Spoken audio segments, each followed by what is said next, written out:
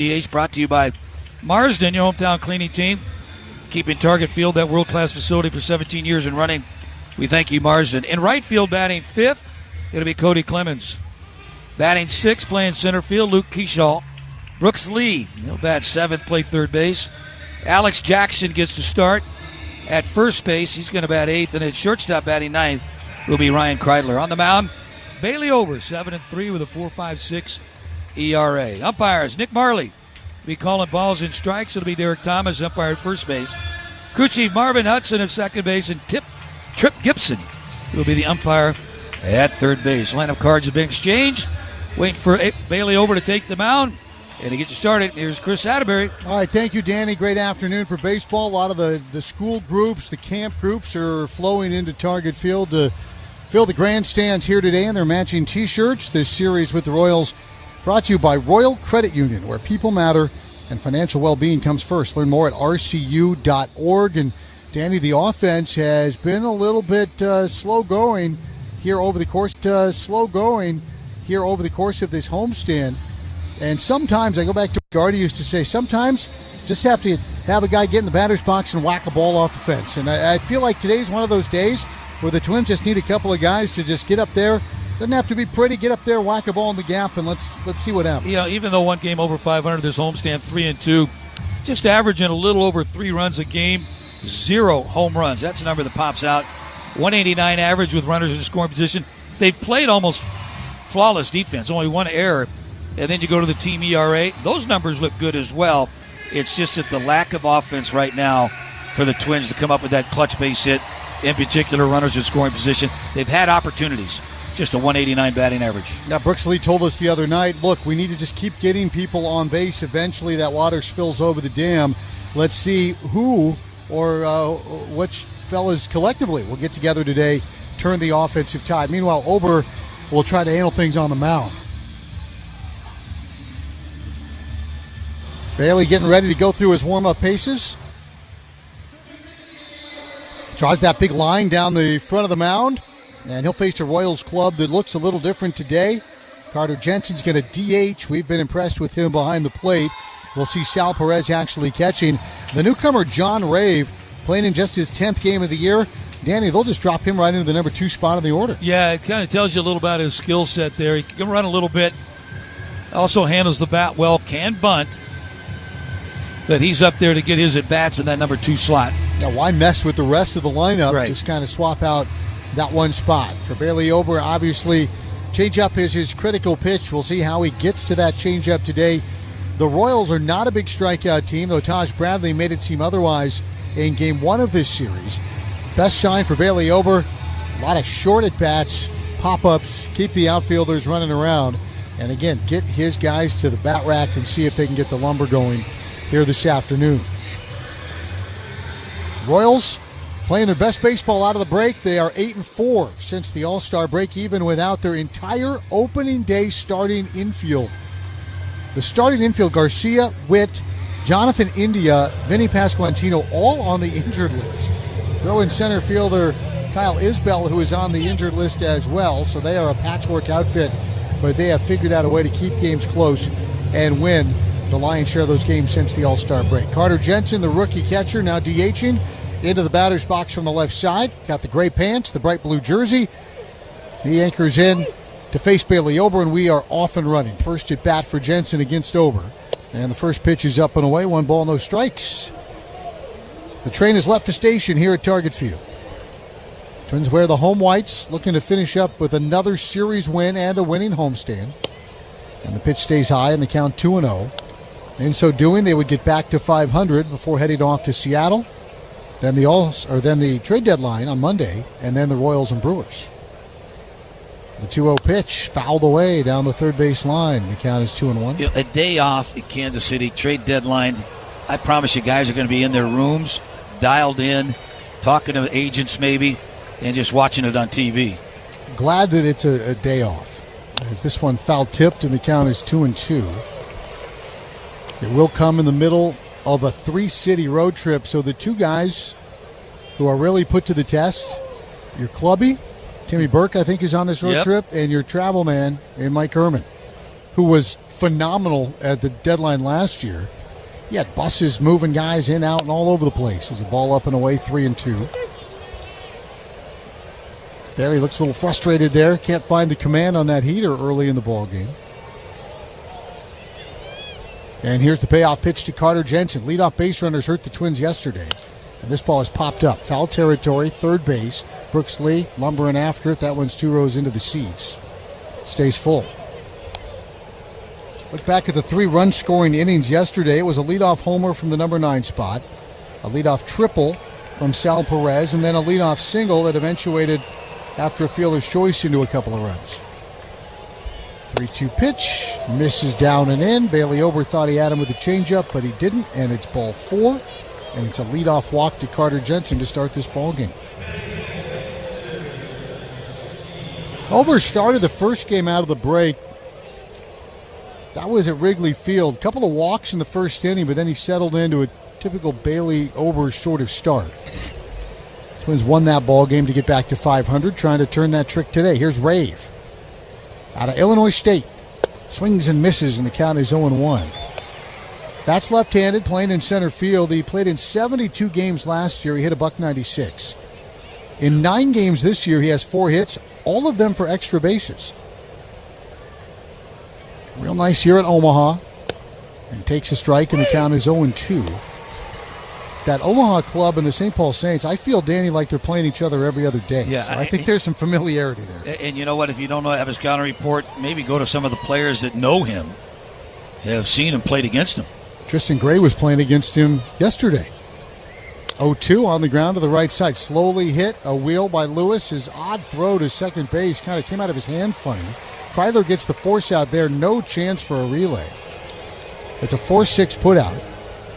Rave is aboard at first. Caglione will be the hitter. That ball looked like it got stuck in his palm.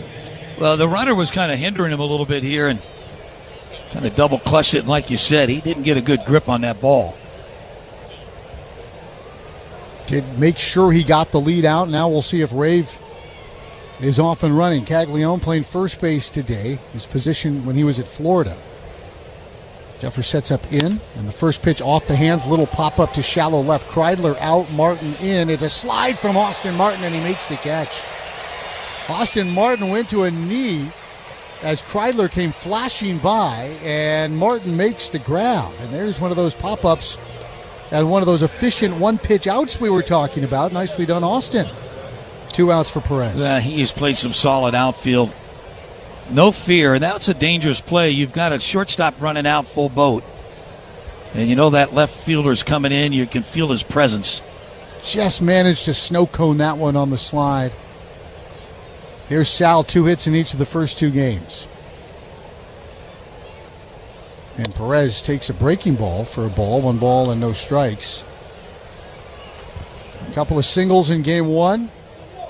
His first triple in quite a while in yesterday's ball game. Subpar year offensively for Sal, but he's playing his best baseball of the year right now. Takes just low in the count, 2-0. Obviously, he's seen a lot of Bailey Ober in his career, a .267 hitter with a couple of homers against Ober.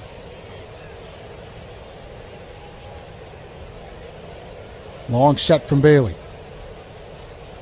And the pitch, Rave is running. The pitch is a strike, and the throw down to second base is not in time, and Rave steals a bag. We talked about that being in his toolkit off the top, Danny, and it comes to fruition here. What do they say? The run probability doubles with 2 outs when a man goes from first to second. Yeah, and I like the pitch count. It was 2 balls and no strikes, so you got Perez going to go ahead, take a strike for you, and now has an opportunity. The runner at scoring position early. So Rave at second. Sal in the box. 66 runs batted in this ballpark in his career. Just over 100 games, and he hits this ball high in the air, little hollow to left, but it's carrying to the warning track for Martin. He'll grab it just shy of the wall. Sounded just a little hollow off the bat of Sal Perez. Didn't get it flush. It stays in the ballpark for Martin to handle for out number 3, and Rave is stranded at second base. No runs on a hit. There were no errors, and there was 1 man left on base. So we've played 1/2 inning of baseball. Ober's done his part. And we'll now see if the Twins can get that offense untracked. It has been in hibernation for the bulk of this homestand. You can't spell triple without Trip. Today's contestant in quick trips around the bases, Keith Samuelson from Stanley, Wisconsin. If a Twin hits a triple, Keith, you win $200. From Mars Wrigley, see your neighborhood Quick Trip for details. No homers on the homestand, but boy, we've had a bunch of triples, 3 of them. Hey, show up, cheer loud. You can earn more every Twins ball game you attend this year. You can earn up to 15% credit toward year's season's ticket membership. And when the Twins win, check it out, we're going to add another 5% bonus credit. Learn more about Members First Home Field Advantage program. All you got to do is go to twins.com/homefieldadvantage. I like that you get the bigger deal when the team wins, as opposed to like, well, we lost, so we'll give you a better deal. A good thing to balance out a bad thing. This is like a good thing leads to an even better thing. Yeah, and even 15%, I don't want to see 5% taken off the Twins lose. Yeah, no, I like that. That wouldn't play. Like that a lot. Chris Sale is on target. Yesterday, the Braves left-hander, 6 scoreless innings against the Mets. He just keeps on rolling along. He allowed just 2 hits, didn't walk a batter, struck out 9, and the Braves complete the shutout with a 1-0 win. It's brought to you by Target, proud partner of the Twins. Well, he's not Chris Sale, but Noah Cameron has pitched like Chris Sale against the Twins. A .77 ERA in 4 starts against the Twins. In 2 starts this year against the Twins, he's given up just 2 runs, 1 of them earned in 11 innings. And, Danny, he doesn't do it by throwing a million miles an hour. He doesn't do it with a wipeout slider like Chris Sale. He just changes speeds, moves the ball around, and by and large makes the hitters get themselves out. Yeah, you run into crafty left-handers like that, and he's not going to overpower you by any means. Doesn't really have a plus pitch. He just has enough pitches to kind of work the zone a little bit. Won't leave too many out over the plate. Will nibble at times. But he has a fastball. They see the left-handers. Cameron from St. Joe, Missouri, kicks his spikes to free it from some clots of dirt, and he's facing off with Austin Martin. Martin in the leadoff spot, a little 3-game hitting streak. And some of that has been coming off the bench. Just 6 total at-bats in that span as he takes wide, 1 ball, no strikes. 3 for his last 6, with those 3 hits spread over 3 games. Trying to set the table for Jeffers. And the pitch is high, 1 ball, no strikes. Probably 2 balls, no strikes. Cameron, his 21st game, his 20th start. He pitched really well behind an opener against Detroit last time out. This is down and in, 3-0. And this is part of what you have to do is wait guys like this out, get some traffic going. 37 walks on the year, 100 strikeouts, and that's in 107 2/3 innings. And the 3-0 taken for a strike, it's 3-1. The other thing I think that is a benefit for the Twins, the earlier you get into that bullpen, the better off you are with the Royals. We've seen a lot of their best guys the last 2 days as the 3-1 just catches the top of the zone, and the count is now full. Can't imagine we'd see Daniel Lynch the 4th or Steven Cruz. They've each pitched in the first 2 games of this series. 3-2. Swung on and popped back a home. That's going to get out of play for a foul ball souvenir. Funks down into the seats below us. Man in a Royce Lewis jersey grabs it and hands it to a young guy wearing a Royals shirt. There's the payoff. And it's wide, ball 4. So nice job, Austin Martin. We talked about it off the top, Danny. Got to get some traffic, and that's certainly one way to do it. It's a big part of Austin's game. And now you've got Ryan Jeffers, one guy who does have good numbers against Cameron in the box with a man aboard. Especially you talk about early in the ballgame, kind of setting the tempo, setting the tone.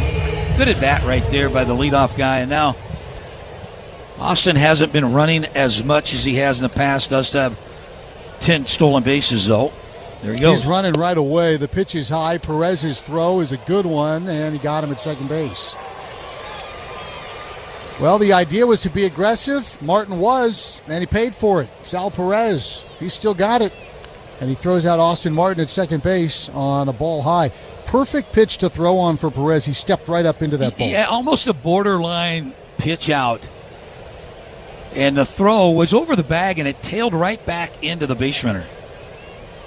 So Martin erased as the Twins trying to get aggressive. The 1-0 to Jeffers is high, and the count is 2-0. Salvador Perez still has it behind the plate, still has it in the batter's box. Not slowing down at all. Twins tried to test the gray beard of this roster, and he answered, and a sawed-off ground ball left side of the diamond, scooped up by Rojas from third, cutting in front of Tolbert, and he throws out Jeffers. So 5-3 ground out. Boy, that one, Nick has his hand rattling. You think about the hamate situation for Jeffers, and that was a jam shot right off his knuckles. That's the one where the bat boy runs out there, gets your bat, but he's also picking up a couple of your fingers. Thankfully, it's a warm day. And here's Royce Lewis. First pitch, a big swinging miss at a cutter in the count 0-1. Royce, 4-game hitting streak, hasn't homered since July 11th against the Angels. Again, the Twins' second fewest homers in baseball in July. As Cameron catches the outside corner. Boy, challenge from Lewis. Pitch call, strike, hitter challenge. Yeah, that pitch was a late strike call from Nick Marley. It's a good 2 ball widths off the plate away. Calls the ball, Minnesota has 2 remaining. So the count goes 1-1. Royce was so surprised to hear the delayed call of strike that he clutched at his helmet more so than tapping it. Now the 1-1, they go right back out there, and it's ball 2. I like that from Perez and Cameron, though. Let's go back out there. 2 balls and a strike, 2 outs. Big swinging miss. That's the changeup in the count 2-2. Is it Nick Marley, the umpire that we had trouble with? Remember the very delayed late? That's Alex Tosi. That's it. Okay. Yeah. Alex That Tosi. was kind of a late delayed strike call. It was almost like he just got mixed up a little bit. 2-2, swung on a miss. He strikes out Royce Lewis, and he got him on a slider. So he chased the changeup, then the slider, and Cameron dices through the Twins in a scoreless first. We played 1. We're scoreless right here on your home for Twins baseball.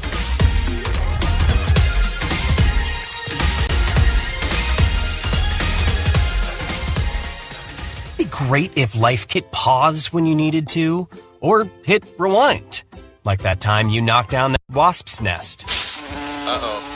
Or that time you forgot to roll up your windows in the car wash. Fantastic. Yeah, a remote control would have come in handy then. Well, life doesn't always give you time to change the outcome, but prediabetes does. With early diagnosis and a few healthy changes like managing your weight, getting active, stopping smoking, and eating healthier, you can stop prediabetes before it leads to type 2 diabetes. It's easy to learn your risk. Take the 1-minute test today at doihaveprediabetes.org. Life doesn't come with a remote control. Yikes! So you're on your own with the wasps. You have the power to take control of prediabetes. Visit doihaveprediabetes.org today. That's doihaveprediabetes.org. Brought to you by the Ad Council and its Prediabetes Awareness Partners. Target Field is more than just a ballpark. It's also a classroom, and learning through baseball is using America's pastime to brighten young minds all over Twins territory. This innovative program, tailored for pre-K through high school students, brings math and science to life. Measure home runs and learn the physics of blazing fastballs. Visit twins.com/ballpark/tours to learn more and book your educational tour. Learning through baseball, where education meets the thrill of the game. Text and whatever. Just don't text and drive. Whatever. Just don't text and drive. Visit message from the National Highway Traffic Safety Administration and the Ad Council. And the Ad Council.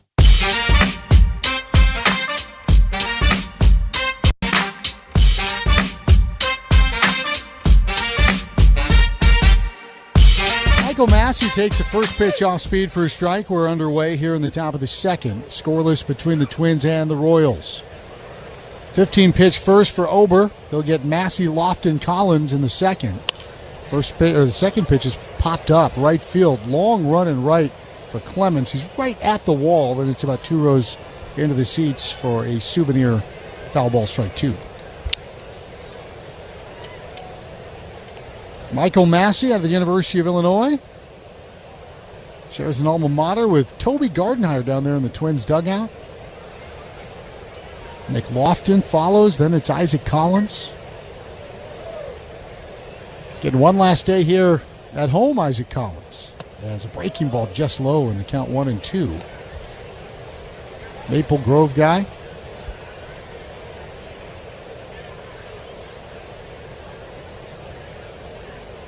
Ober stepping down the front of the mound, and the ground ball chopped towards first. Scooped up there by Alex Jackson. He takes it to the bag himself for out number 1.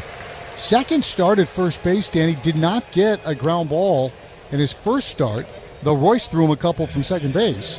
So that's the first true ground ball out for Jackson. And it doesn't get much more routine than that right there.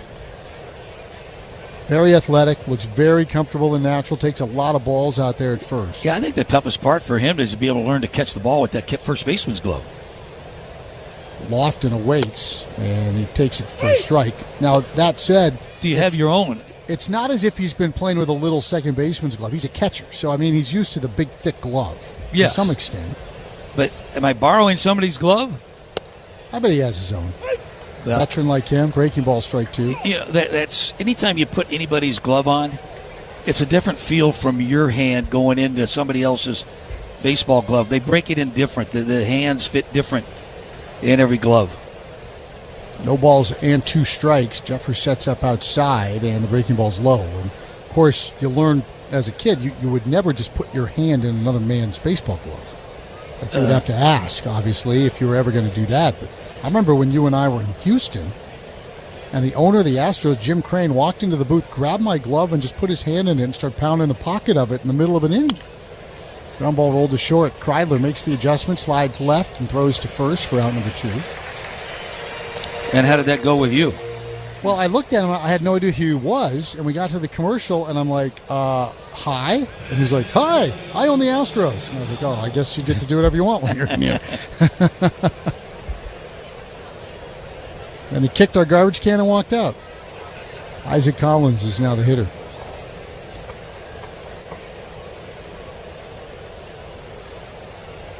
First pitch on the way, and Collins takes it wide. 1 ball, no strikes. He is from Maple Grove. Now, when you would go back, say, to play in Oakland, being from the Bay Area, would you go home when you were back there as a no. player?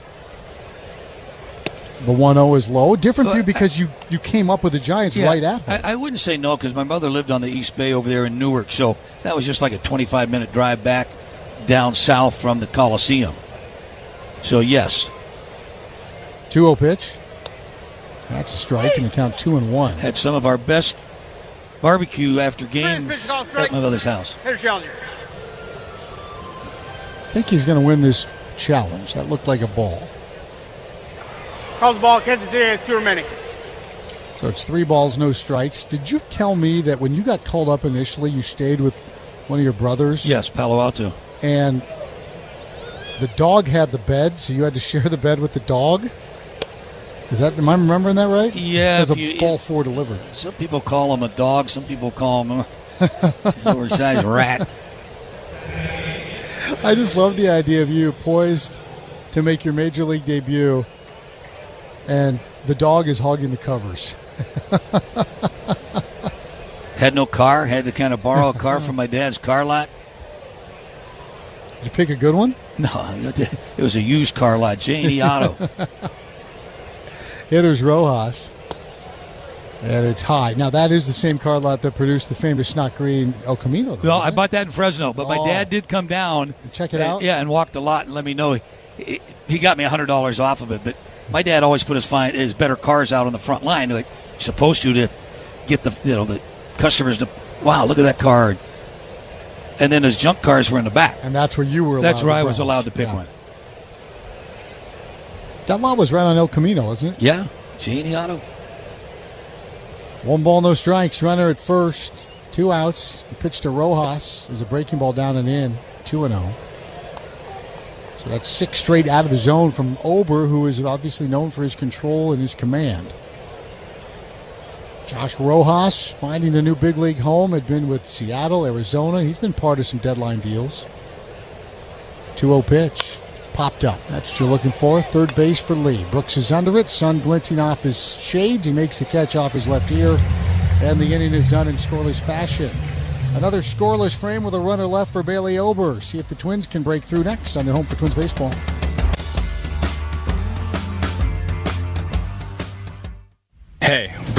here. From the stands, people see the highlights: home runs, stolen bases, diving catches. What they don't see is the preparation to be ready for the unexpected. That's how I look at my car, too. Repairs can hit out of nowhere, and they're not cheap. With Car Shield, you get the best defense against costly car repairs. When something goes wrong, you're not scrambling. You've got a plan. A Car Shield plan. Don't get caught looking. Get a free quote today at carshield.com. Coverage varies by plan. View contracts and exclusions at carshield.com. In Minnesota, we believe in strong partnerships. Great teams are built on strength and teamwork. That's why we partner with the Minnesota Twins, and why Uponor is now part of GF, a global leader in flow solutions. Together, we're bringing even greater power to plumbing and infrastructure.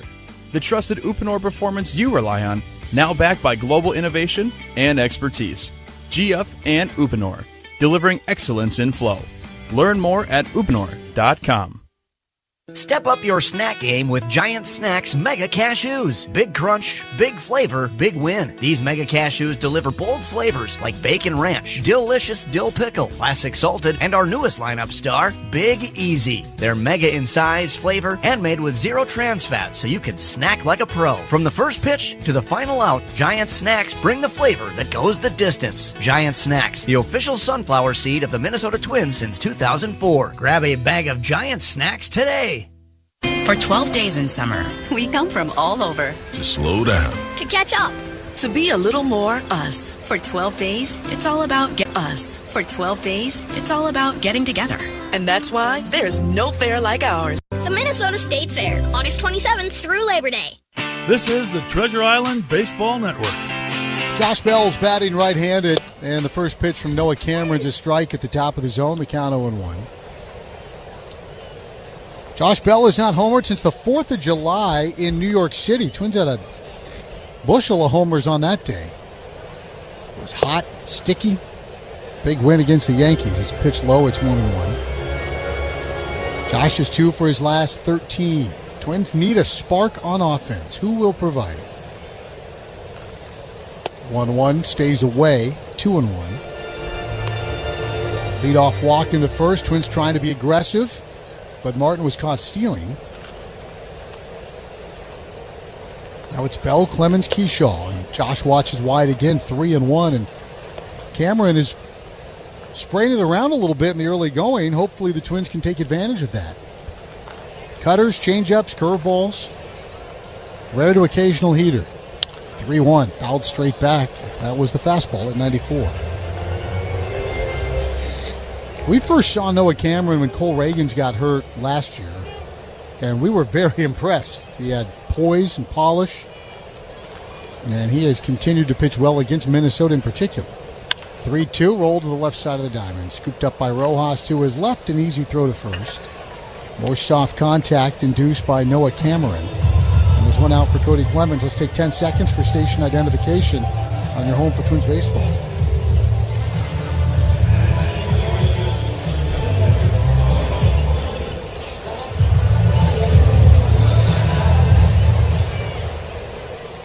Cody Clemens, lone lefty in the lineup to face Cameron. And the first pitch chopped back up the middle for the second baseman, Massey. Moves to his right, double pumps, getting it out of his glove, but he throws out Clemens out on a pitch. So another easy out, more soft contact on the ground. Man, Luke Keyshaw will be the hitter, and the beat remains the same for this Twins offense on the homestand. Yeah, baseball can be a weird game, especially here as we get July into August, Danny. You go to Cleveland, they don't hit home runs, and suddenly, boom, boom, boom. You say, Oakland, all they do is give up home runs. They can't pitch, 2-hit shutout.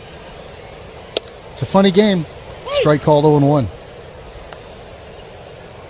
That's why we show up every day. You never know what you're going to see. Never know. And all the papers we get and all the numbers, you can crumple them up, light them on fire, use them to get the kindling ablaze. You still have to play, and you just never know. 0-1 hit in the air off the hands, left field. Collins races into the gap. He'll grab it, and it's another easy 1-2-3 inning for Noah Cameron. We've played 2. We're scoreless. We'll check in with John Vitas on their home for Twins baseball.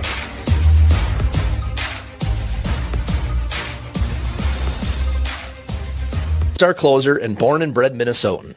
We all know Minnesota weather is relentless. The ice, the snow, the summer humidity. It can retire a side just as fast as I did. But what if your siding was made to stand strong through it all? Hardy Fiber Cement Siding is engineered for our climate. It resists cracking in the freezing cold and won't swell in the summer heat. You get the timeless beauty of wood with lasting protection and low maintenance. Your home deserves the #1 brand of siding in North America. Learn more at jameshardy.com. Twins doubles deserve Pepsi. During the month of July, every time the Twins hit a double at Target Field, you score big savings with BOGO Pepsi 2 liters at Cub. Check your Cub app. A digital coupon is automatically added the day after any Twins player hits a double at home. So you can grab a free Pepsi Zero Sugar 2 liter when you buy any other Pepsi 2 liter product. Flip it, redeem it, and enjoy. Twins hit a double, you sip double. It's a win-win. Pepsi, official soft drink of the Minnesota Twins. Let's go back to the pregame lineup card thanks to your local Toyota dealers. Toyota, let's go places. After batting just .138 through his first 4 Major League seasons, Ryan Kryler has broken out in a big way with the Twins thanks to quite a few offensive adjustments. I'm standing up a little taller. I'm farther away from the plate. I'm farther back in the box. Striding a little bit closed. All things to help me feel athletic and feel like I'm not having to hold myself back as much. In the past, I think I've just felt the need to hold on for dear life, kind of to the backside and not let it slip. But this year, I'm just kind of letting it rip, and whatever happens, happens. So. Yeah, definitely letting it rip, guys. Bat speed up 3.5 miles an hour from last year, which moves him from the bottom third of the league. To the top third. All right, thank you, Mr. Vetus. Well, a guy who's had an impact on this series, Tyler Tolbert, leads off. Had a big home run yesterday, leading off in the number 9 spot in the 3rd inning. He leads off in the 9 spot in the 3rd inning today. And he takes a breaking ball low, 1 ball, no strikes. Played a fine shortstop in yesterday's Royals shutout victory. He's back at short today. Just 45 games, hitting .324, and he swings and misses. It's 1-1. He was a shortstop at Alabama, Birmingham. Obviously, when you've got Bobby Witt Jr. in your system, you better be versatile. And with his tremendous speed, they played him primarily in the outfield. 1-1, swung on a miss, and the count is 1-2. Good changeup. I would think with his speed, the bunt play would be more in his arsenal of stuff to do in a batter's box. However he's doing it in his limited at-bats, he's finding his way on base. Yes. I told you earlier about the 12 straight plate appearances with a hit. It won't happen here. He swings and misses, and he's down on strikes. So Ober avoids the pitfalls of the number 9 hitter, and there's one away as we begin our second trip through the order with Carter Jensen, who walked to open the ballgame. Hey, take your banana ball experience. We talked about it in our pregame lineup card, that great piece on the young man from Cold Springs. Take your banana ball experience to the next level. Book a premium suite or grab special single-game tickets and enjoy an all-inclusive banana ball experience August 7th, 8th, and 9th at Target Field. Availability is extremely limited. Secure your suite, twins.com/event experience. Jensen takes a ball, and ball 2 quickly follows. It's 2-0. Now, our guy plays for the Texas Tailgaters. They will not be here, so he will not be able to perform in front of his buddies. The St. Cloud Rocks number retired. Good little story. 2-0, a swinging miss, 2-1. Yeah, I understand that the banana plays I think there's 3 other teams that they play against, and would you say the Tailgaters Texas being Tailgaters are one of them. The Firefighters, I know, are one of the teams. I think there's a tropical-themed squad, and then they brought back the Indianapolis Clowns this year, the old Negro League franchise. Ball down, it's 3-1. Quite a spectacle, and I know they'll put on a great show here. 3-1. Swung on a popped-up foul. 3-2. Wouldn't you compare it to the Globetrotters of basketball? That's kind of probably that most apt comparison. And what they've done is in the modern times, instead of having to just barnstorm around, they've managed to really leverage social media and the internet and TV contract and just get all this amazing But they come in and they'll play a 2 or 3 game series at Major League ballparks, and they sell out every night. Pack the house. 3-2. Fouled away again down the third base line. They were in Kansas City last summer, and they filled the house, and they like to bring in local kind of celebrity players to augment their rosters. Yeah. Jeremy Guthrie's doing some TV here with the Royals. He actually pitched in the Banana Ball series at Kauffman last year. It's a 3-2 hit sharply to first. Diving stop, Jackson. From his knees, he feeds over for out number 2. How about that for day number 2 at the office as a big league first baseman? Alex Jackson, we talked about his versatility, his athleticism. He put it all on display there. That's a great play. Yeah. Being a catcher, be able to catch the ball down in the dirt area. A nice play. Actually fielding that ball in foul territory. Hitter's now going to be John Rave. Also, Bailey Ober doing a fine job in getting over there and covering his position. Has always been very, very good at that aspect of his job. 2 outs for Rave, and he takes wide. 1 ball, no strikes.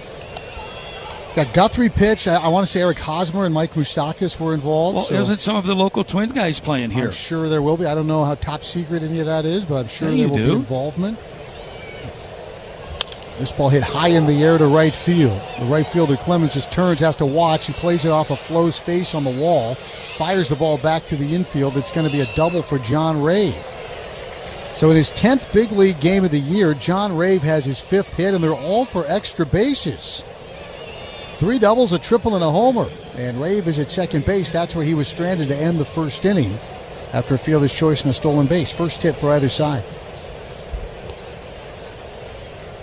Only thing I'll say about the Banana Ball series is that, unfortunately, I regret to inform you all that Dan Gladden will not be participating. Thought it was top secret. They already sold all the tickets. Here's the first pitch to Caglione. I would love to see you in a Banana Ball uniform. This ball smashed. Wow, that one's not coming back. 2-0 Royals. Is it going to land? I might just keep on sailing down 6th Street. Jack Caglione absolutely flattens a baseball to right, and the Royals lead 2-0. Sometimes they just sound different. 17th of the year for Caglione.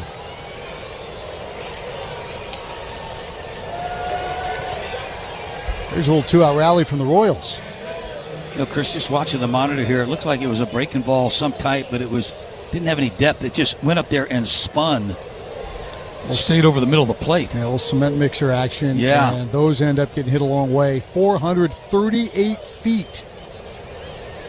There's Perez. Ground ball up the first base line. So Rave's the guy that extended the inning. And Caglione takes full advantage to give the Royals a 2-0 lead.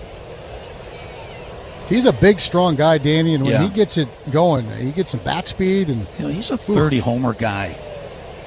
A 1 wave through, 0-2. They hope he is, right? That's what they're banking on. Yeah. That's Quintino. They got some guys that can put the ball in the seats. And I go back to what we were talking about with Kauffman Stadium, how they moved the fences in so they would hopefully produce more home runs. Well, that ball, you can move the fences out. Yeah. All the way to Kansas, and it was still a home run. No balls and 2 strikes to Sal Perez. Ober trying to get back in the dugout. Jeffers sets up away. That's where that breaking ball finds him on a hop, and it's 1-2. Treasure Island Resort and Casino is the exclusive casino partner of the Twins. Get away from the everyday in the all-new Buffalo Tower. Book your stay at TICasino.com. 1-2. Swung on a missed, and he struck him out. Perez strikes out, but the Royals strike first to Caglione. Mammoth homer to right has KC up 2-0 as we go to the home third on your home for Twins baseball.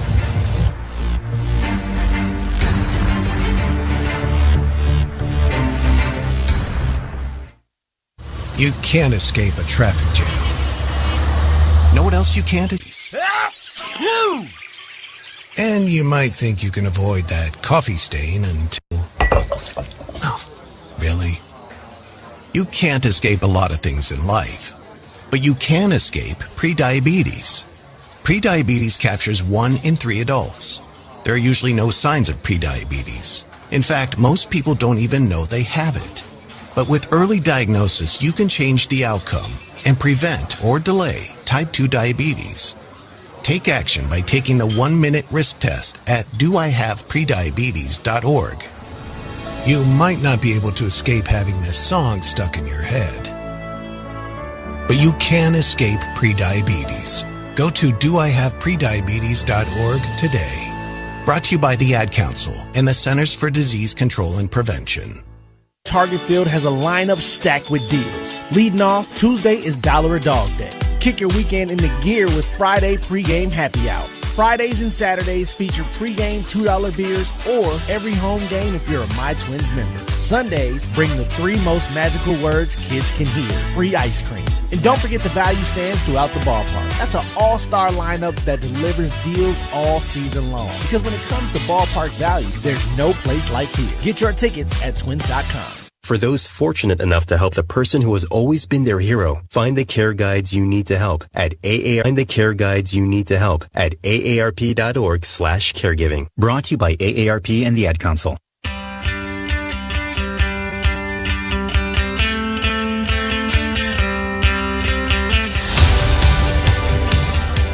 Twins down 2-0. Work to do for this Minnesota offense. Brooks Lee to start it, then Alex Jackson and Ryan Kreidler bottom third of the order. Austin Martin walked to open the ballgame for Minnesota, but was immediately caught stealing. So the minimum faced for Noah Cameron. Now has a nice little cushion to work with. Lee from the right side. He's just 2 for his last 17 on this homestand. Has not driven in a run on the homestand, and he pops up the first pitch. Left field for Collins. Collins underneath it. Isaac's been busy. He makes the catch. And another one pitch at bat for Brooks Lee, who is now just 1 for his last 13 against left-handed pitching. Jackson will be the hitter. And those are the at-bats we've seen a ton of. And look, I don't know the game plan, and nobody can tell that from the stand. Sometimes that first pitch is the best one you're going to get to hit, but we've seen a lot of Twins frustrated missing that first pitch. Well, I think it is part of the game plan.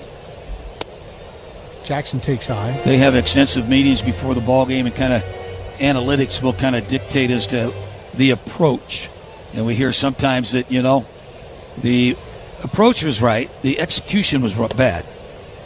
Pitch nibbles the outside corner to Jackson for a strike. It's 1-1. But also the report's got to tell you that this guy can walk you a little bit. He can be wild, go deep in counts, therefore make him work. 1-1 nubbed off the end of the bat. Squibs over near the Twins dugout. Trevor Larnach up there on the top rail. Josh Bell joining him.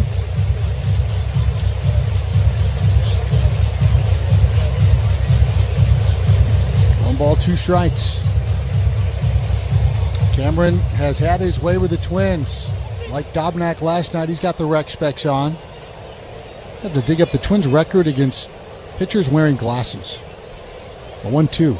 Swung on a miss. He struck him out. It's the second strikeout for Noah Cameron, and now it's Kreidler's turn. This series with the Royals brought to you by Royal Credit Union, where people matter and financial well-being comes first. Learn more at rcu.org. So if the Twins are 0-5 against guys that wear glasses, wouldn't you think then, even they don't have to be prescription glasses, I could just get some big... Oh, I'd start putting them on. Come on. Put on the rec specs, Danny. Right back up the middle on one hop. It's going to be scooped up by Massey, and the Twins are gone before you can miss him here in the third inning. 6-pitch inning for Noah Cameron, who has faced the minimum through 3 scoreless this afternoon. It's 2-0 Royals after 3 on your home for Twins baseball.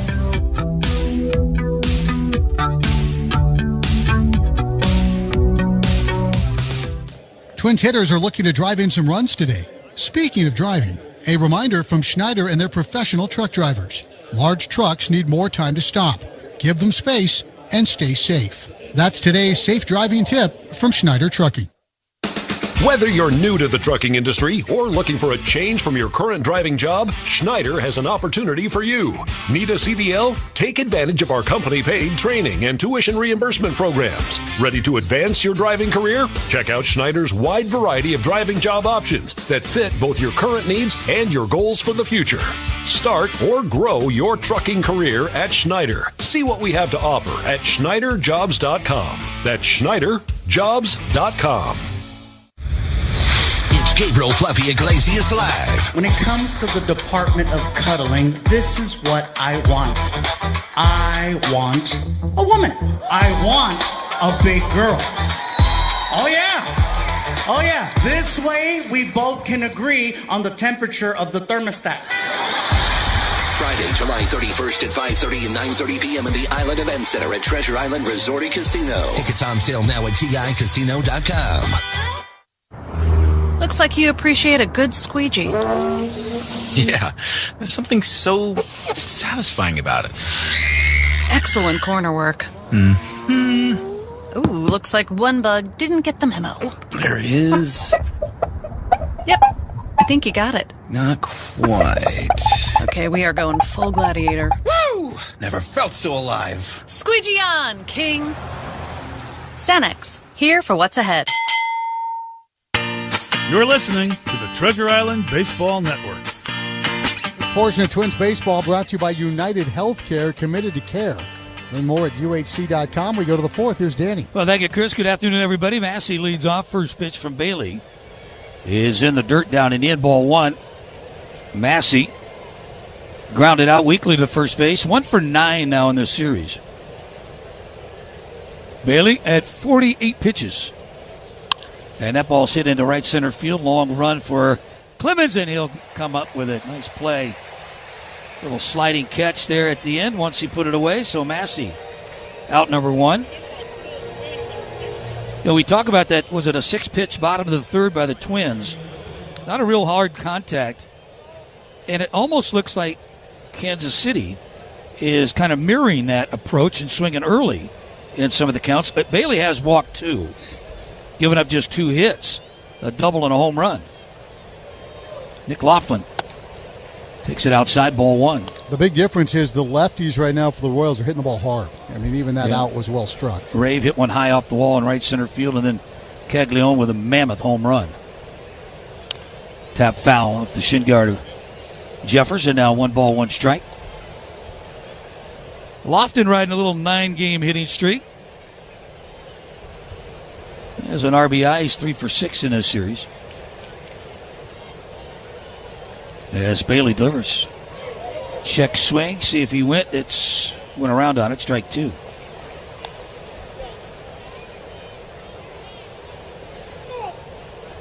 Twins depart, head to Seattle for 3 up in Seattle, and then day off Monday back in Kansas City.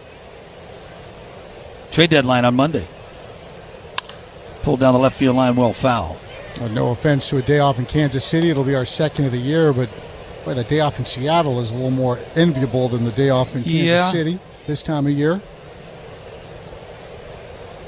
We'll have a little ceremony where your pleated pants era went to die. Ground ball in the hole at short. We're going to see a play by Kreidler. Strong throw across the diamond to retire a speedy Lofton. 2 down. That's kind of the play we've been waiting to see from Kreidler. One that he has to go in the hole, maybe on the grass, backhand it, and then plant and then show that arm off. That one, not quite there. He was able to get around it a little bit, get his feet underneath him, and a still strong throw across the diamond. Isaac Collins, 2 down, bases empty, walked in his only at bat. Ground ball right side. Nice play there by Royce Lewis on the grass and retires Collins. So another 3 up, 3 down inning for Bailey. Over. Quick, efficient here through 3.5, 2-0 Kansas City on your home for Twins.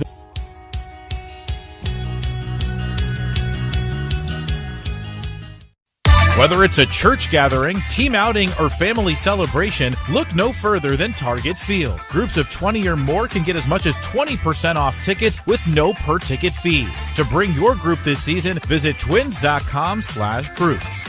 Text and whatever. Just don't text and drive. Visit StopTextsStopWrecks.org. A message from the National Highway Traffic Safety Administration and the Ad Council. Kids grow out of calling mom mommy.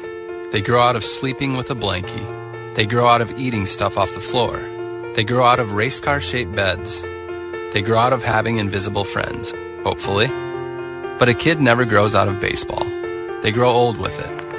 The joy, the lessons, and the memories stick with them like pine tar. Give your kid the lifelong gift of baseball. Learn more at twinscommunityfund.org. The Twins Community Fund. Getting more kids in the game. The Minnesota Twins Community Fund is supported in part by Cornerstone Partners, Target, U.S. Bank, Treasure Island Resort and Casino, Nike, and Uponor. We thank them for supporting youth baseball and softball throughout the upper Midwest. Get involved at twinscommunityfund.org. Ever tried balancing a dozen eggs in one hand while hopping on one foot? Or maybe juggling cats while riding the unicycle? Sounds ridiculous, right? But guess what? That's exactly what texting while driving is like. Your human brain only has the capacity to focus on one thing at a time. So when you're behind the wheel, give driving your undivided attention. Don't drive distracted. A message brought to you by the National Highway Traffic Safety Administration, Project Yellow Light, and the Ad Council. Project Yellow Light and the Ad Council.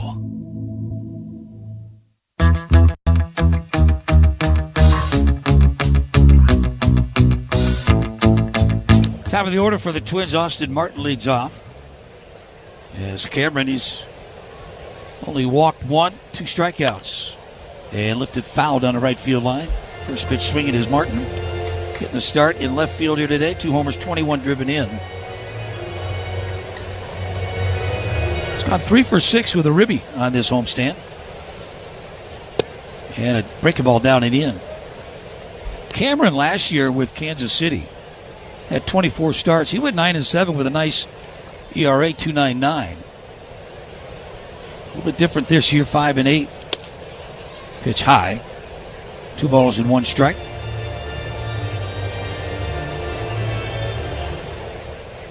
Making his 20th start. Here's 2-1. Swing and a miss. Off-speed changeup.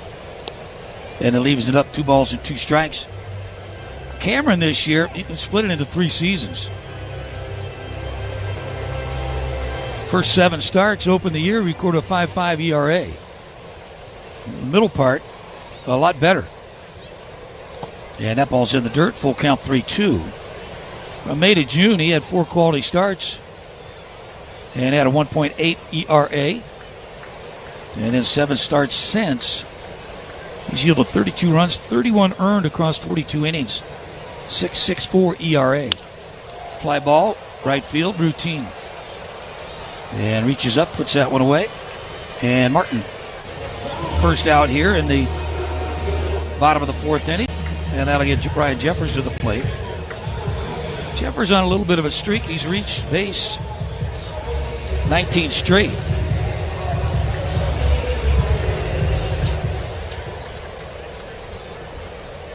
Third longest active on-base streak in baseball. Josh Naylor, who we'll see in Seattle tomorrow night, is at 20, and then Gabriel Moreno is at 26.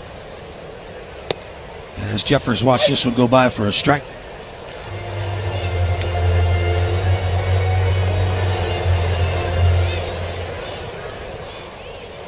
Lewis due up next. 1 out. Drops a breaking ball. High strike call. And now no balls and 2 strikes. Do you go through times as an offensive player and as a group where it just feels like there's 12 defenders out there where everything you hit's getting caught? Yeah, at times. A fouled off emergency swing there, but it seems like, you talk about individuals going in a little bit of slumps. It seems like collectively, the group as a team, putting the hits together. 0-2. Swung on and missed. As Jeffers strikes out, 3rd punch out for Noah Cameron. 2 down, bases empty. And then, sometimes with the lack of home runs on this homestand, then you start trying to do something you're maybe not comfortable doing, and that is trying to lift and get the ball out of the ballpark, give your team somewhat of a spark. But sometimes that spark can be with a base hit, stolen base, a gritty hustle double. As Lewis watched that one go in for a strike, 90. Little cut fastball. Sometimes the harder you struggle against the binding, the tighter it gets. So exactly. 0-1 on the way. Tap foul. And now no balls and 2 strikes. But sometimes all it takes is a little base hit, a little spark you never by somebody, and then all of a sudden be. it catches fire. Maybe a miscue on the other side opens the door and you kick it in. And the 0-2 over the plate, but low. 1 ball, 2 strikes. And you talk about Kansas City. They played some good defense since the All-Star break. You don't win 7 or 8 one-run games dropping the ball and kicking it around. Pitch high and away. Good take there by Royce. And 2 balls and 2 strikes.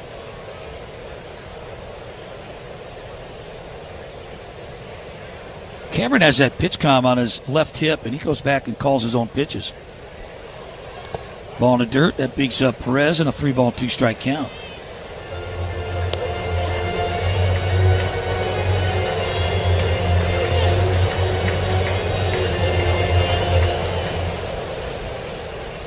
Lefty Cameron on the mound with a count of 3 balls and 2 strikes to Royce Lewis. Foul down the right field line. You know, Cameron's one of those guys that you look at it last time out. It's probably his best ball game of the year. 7 innings against Detroit.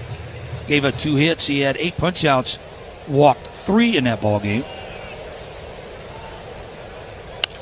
Little jam shot, 1 hopper to the shortstop.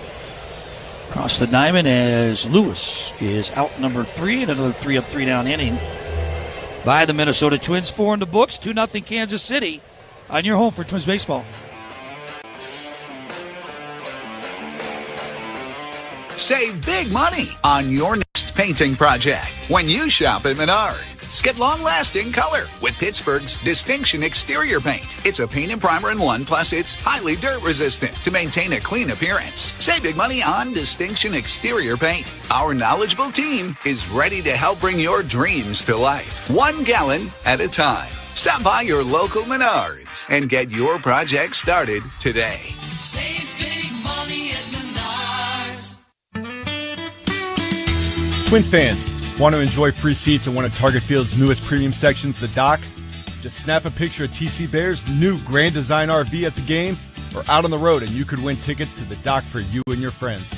Must follow and tag Winnebago Industries on social media to be eligible. No purchase required. Learn more at www.seeninthewild.co. That's www.seeninthewild.co.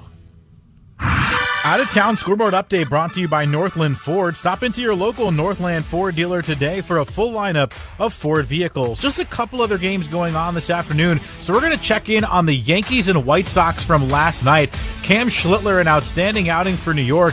Yankees had a 4-1 lead going into the bottom of the 8th, but the White Sox got homers from Sam Antonacci and Munetaka Murakami. Both teams scored in the 11th. Yankees did not score in the 12th, but the White Sox did. The pitch to Edgar. Swing and a pop fly, shallow center field. It drops down. Here comes Peters. Throw to the plate late. Sox win. Edgar Carroll comes through in the 12th. 6-5 the final. And with that win, the White Sox now 3 games above the Twins in the division. White Sox and Yankees underway today. They've got a rubber game, guys. Leading off here is going to be Rojas. He's at third base here this afternoon. DH in the ballgame last night. Bailey Ober delivers outside, catches the corner, strike 1. And right back, and quickly, no balls. Or nope, he's going to challenge it. Previous pitch called a strike. Hitter's challenging. The challenge this. Looked like it was in the same spot as the first strike. It is. Call is confirmed. Kansas City has 1 remaining. Look at the stats to see what players challenge. Maybe a high percentage, and more importantly, how many times are they wrong. Little fly ball, shallow center field. Keyshaw to his left. Keyshaw will track that one down. Fun little play there. Good changeup, had him out in front. What is that fun because you get to run a while? Is that? Yeah, initially, it's hit in a gap.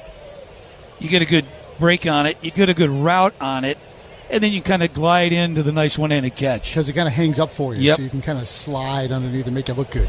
Tolbert bats. He struck out swinging his first at bat. And a swing and a miss. Can't lay off that breaking ball. 3 homers on the year. He hit one the other night, gave the Royals a 1-0 lead, went on to win it. But 3 of his home runs have all come in the last 10 games. As Over delivers, that one's high. 1 ball, 1 strike.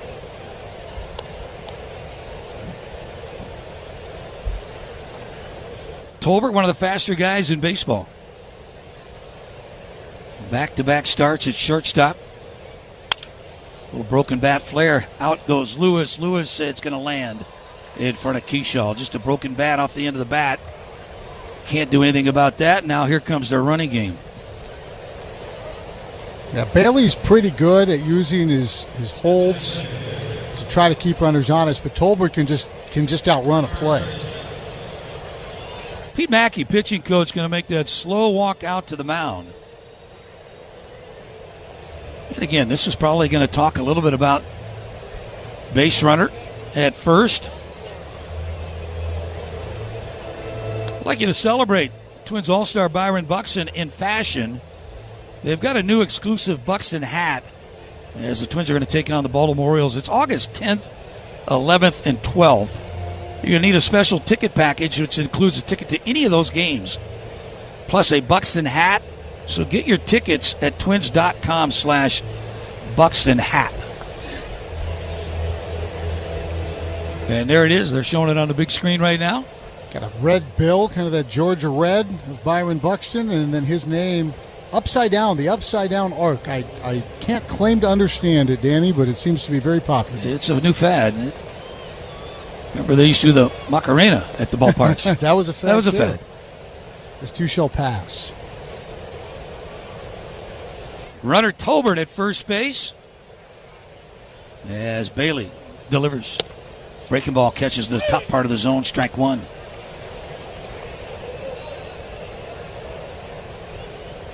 When was the last time you saw a pitch out? It's been years. Good lead at first, not running. And this one's down and away. Part of it was teams quit running for a while. Yep. And then part of it was, the pitches are too valuable to give up. And then part of it was, we don't care if they steal because the numbers say it's not a big deal. Yeah, and they went away from trying to steal the third base coach steal sign. Mm-hmm. That used to be easy. Fouled straight back. Well, if it's easy, if it's you watching Tommy Watkins for 20 minutes in spring training. Well, that's he used to true. get so mad when you would have his signs.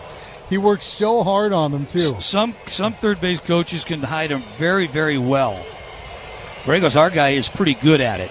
Quick, fluid. Tolbert wanting to run. He doesn't, and the pitch is high and away. That would have been a good pitch for Jeffers to handle right there, up and away. Now 2 balls, 2 strikes. You can see Tolbert, as long as Ober holds and holds, you can see Tolbert flinching a little bit. And again, not running. There's a ground ball. First base, Jackson bobbles it briefly to short, back to first. Not in time. Bailey over, big stretch over there at first base. Just a little bit of a travel by Jackson in getting that ball out of that first baseman's glove. Almost as if he was trying to figure out where his lane was going to be to not hit the runner with the ball. And then he threw a dart to second base. That whizzed right over the shoulder of the runner. And again, Bailey over, getting over at first base in plenty of time. Get in a nice fielding position, got the bag, stretched, and just not in time. Tolbert did kind of veer into the grass there, Danny, to try to change the angle. Run to the glove. Rave Bats doubled his last time up with 2 down and came around and scored on a homer. Off speed in there for a strike.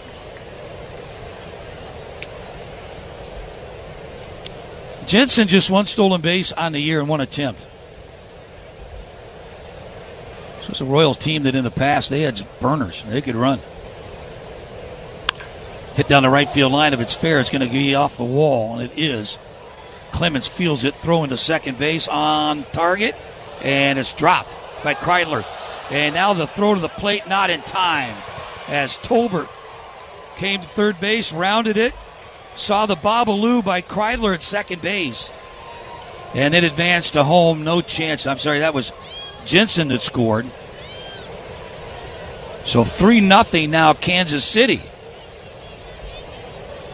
I think if Kreidler just holds on to the ball, doesn't try to make the impossible tag at second, Jensen had no designs on home plate. But then once Kreidler went to try to reach for it and drop the ball, then that gifted the run. So yeah. I don't think that's an RBI. That's an error on Kreidler. Yeah, and he dropped it, and he kicked it back out toward right field, so he had to run away from home plate. Caglione with a runner at second. Weak ground ball fielded by Bailey. Drops it, picks it up, and retires Caglione. They do get a run. Couple of hits. There was an error in the inning. And new score after 4.5. It's the Royals 3. Twins nothing on your home for Twins baseball. Hi, this is Danny Gladden, and Mesh and Spence remind you that this copyrighted broadcast is presented by the authority of the Minnesota Twins and may not be reproduced or retransmitted in any form, and the accounts and descriptions of this game may not be disseminated without the express written consent of the Minnesota Twins. Hurt on the job or in an accident? Put the state's most experienced ace in your corner. They're local, trusted, and they fight to win. Because the lawyer you choose makes a difference. Call Mesh, Besher, and Spence, the Minnesota lawyers Minnesotans trust. We know you expect premium performance and dependable durability from your Case IH equipment, and you should demand the same from the parts you put inside it. Only Case IH genuine parts are guaranteed to perform to the same rigorous standards as your Case IH equipment. They're engineered to work harder and last longer so you can maximize your uptime and minimize your maintenance intervals. Others can imitate, but none can replicate. Nothing beats the original. For Case IH genuine parts, visit Johnson Tractor in Wisconsin. Hey Twins fans, Justin Morneau here. If you're planning a golf trip this season, Madden's on Gull Lake should be on the top of your list. Home to the Classic, a nationally recognized course with championship conditions. Book at Maddens.com. Use promo code TWINS to save 10% on your vacation. Here's a tale of Becky. Didn't know what to do with new meds prescribed and no real cost clue. She squinted at prices, that can't be right. Then tapped Good RX and saw the light. She can get a deal. Book telehealth if she feels. Learn about those meds without any stress. That one little app does all the rest. Even my horse downloaded it. Best. Even my horse downloaded it. Dang, save time and money on prescriptions. Check GoodRx. GoodRx is not insurance. This is the Treasure Island Baseball Network. Twins down 3-0 here in the bottom of the 5th inning. Josh Bell watches this one go by, catches the outside corner, strike one. Bell grounded out to third base in his only at bat. Now 2 for 14 with a ribby on the homestand. Missed down and in. 1 ball, 1 strike. Bell leads the club in RBI, 63. 23 doubles. And a 1-1. Missed outside. It'll be Bell, Clemens, and Keyshaw down 3-0. No RBI for John Rave. Scored on the error charge to Kreidler. Fly ball center field. Rave there to his left. Now drifts back and has to reach up, put it away.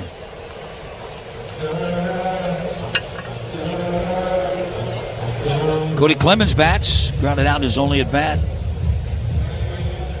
Cody, 18 home runs. He hit 19 last year. 49 RBI, trying to get that 50 RBI mark.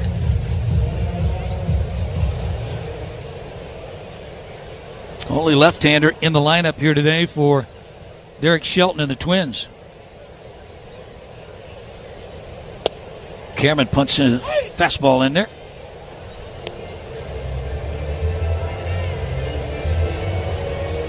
Rojas, the third baseman, way off the line and on the grass, almost like infield in position as a shortstop. Missed down and in, 1 ball, 1 strike. Tolbert playing up the middle. Caglione off the line at first. Outfield shays Clemens the opposite way. And there's a strike called, and Clemens going to challenge this. Previous pitch called strike, hitter's challenging.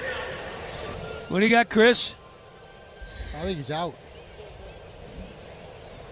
Oh. Call's confirmed. Minnesota has 1 remaining. I don't like that. Like I said, my vote is more than half the ball has to be, or the half of the ball has to be in that strike zone. Catches it by a lace. Swung on and missed as Clement strikes out. Punch out number 4 for Cameron.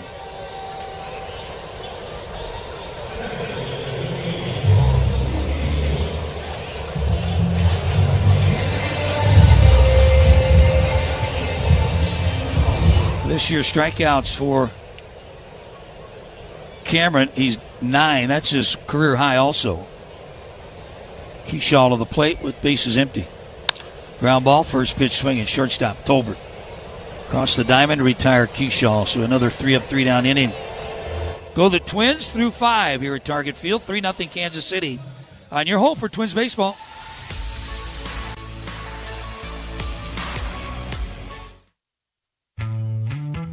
It's time for a Twins player profile. Hello, this is John Klein. What is my go-to cheat meal? I'd have to say probably Raising Cane's. Would you rather sit in a window or an aisle seat? Definitely an aisle seat. I get claustrophobic in the window. I don't like that. What was your most unique living arrangement? I'd have to say it was in college at Iowa Central. We had like apartment-style dorms, but there was 2 rooms and there was 5 guys that lived in one room. So one room had 2 people, the other had 3. So my second year there, one of my teammates ended up moving his bed into the living room, and that's where he lived for the entire year. So that was something else. My favorite thing about Minnesota, my family has a cabin up north in Aiken, Minnesota. So I love to go up there and experience the outdoors. And that's it. Goodbye. This has been John Klein. Substance use disorder and addiction is so isolating. And so, as a Black woman in recovery, hope must be loud. It grows louder when you ask for help and you're vulnerable. It is the thread that lets you know that no matter what happens, you will be okay. When we learn the power of hope, recovery is possible. Find out how at startwithhope.com. Brought to you by the National Council for Mental Wellbeing, Shatterproof, and the Ad Council. Make sure to visit Target Field this season with can't-miss deals like free ice cream for kids 12 and under on Sundays. Get your tickets today at twins.com/tickets.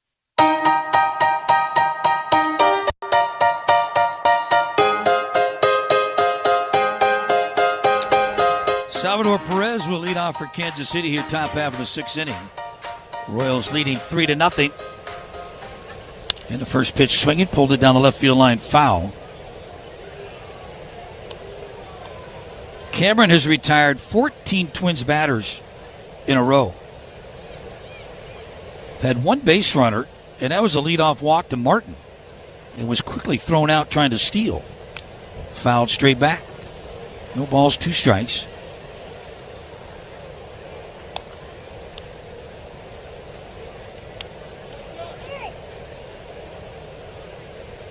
Perez catching here this afternoon. He DH'd the first game.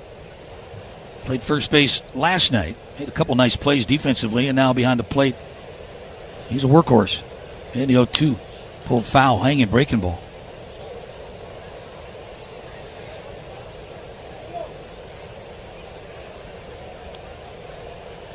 Perez said that he has a few more years to play. He's the captain. The Royals, where's that C emblem on his right chest? Laid off a pitch outside.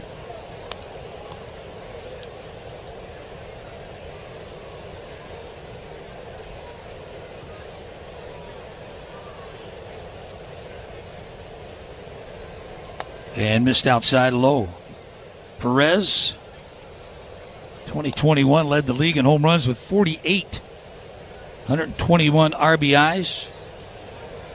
Hit 30 last year and drove in 100. So big drop off this year. Swing and a miss, got him. Nice pitch there by Bailey Ober. Bailey just his 3rd strikeout. And that'll get Michael Massey to the plate.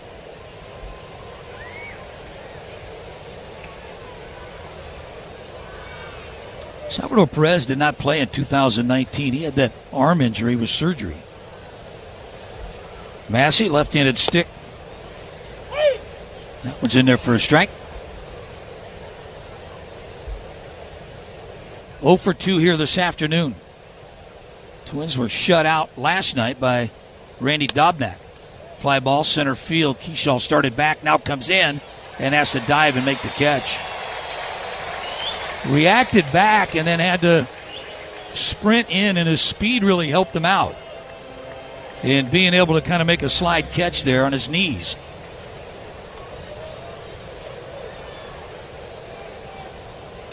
And now here's Nick Lofton. 2 down, bases empty. Royals got 2 in the first. Caglione, 2-run homer, his 17th of the year. Leads the club. Ground ball up the middle, over the bag, fielded cleanly by Lewis, and retires. Lofton, another 3 up, 3 down inning. Nice job. Bailey over. Going to the bottom of the 6th, bottom third of the order. It'll be Lee, Jackson, and Kreidler's baseball.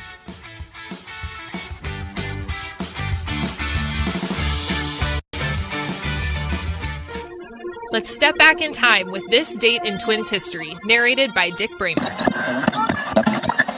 July 30th, 2019. The Twins kick off a series in Miami, and Byron Buxton starts the scoring in the 3rd. A swing and a drive, left field and deep, back it goes. Granderson on the track, at the wall, that's gone. Buxton a home run, number 10, and the Twins take a 1-0 lead. The Bomba squad now have 11 different players with 10 or more homers as they defeated the Marlins 2-1. It's certainly a deep lineup, and we know that every day when we make the lineup. And the thing is, then we look at our bench and we think we have really good major league hitters that are not out there every night. We have Cruz and Scopey and AD and Castro, who've all had very nice years as well offensively. To catch the next moment in Twins history, get your tickets at twins.com. The Twins are a team. They work together to win. Great River Energy and its member-owner cooperatives work together as a team, too, by serving more than half of Minnesota with reliable, affordable energy in a sustainable manner. Together, we power what's possible. Learn more at greatriverenergy.com. At Target, we're here for the love of the game and all that comes with it. And for you hometown sports fans, all that comes with it. And for you hometown sports fans, we've got everything you need to gear up and kick back during Twin season. For the hosts, we've got the most of everything you need for your backyard baseball barbecues. Brats? Got 'em. Burgers? Check. Peanuts? Popcorn? Say less. However you do game day, we're here for it at Target and Target.com. You're listening to the Treasure Island Baseball Network. Brooks Lee leads off. First pitch, low, ball 1. Lee flew out his only at bat. The left field, swung at the first pitch, takes the first pitch here. Cameron, great pitch count, 58. Bottom of the 6th. Swing and a miss, off speed. Now 1 ball, 1 strike. Alex Jackson due up next, and it'll be Kreidler. Twins have been retired 14 straight, no hits. So far this afternoon, 4 punch outs for Cameron.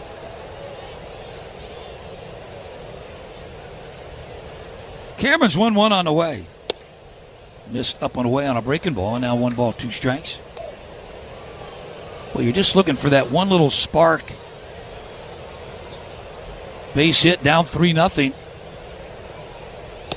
And that one's outside and low. Take a walk. You got Jackson due up next.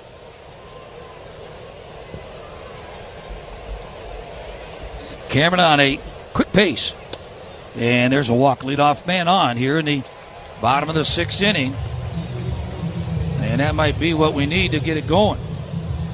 Yeah, 1 swing away from being right back in this thing.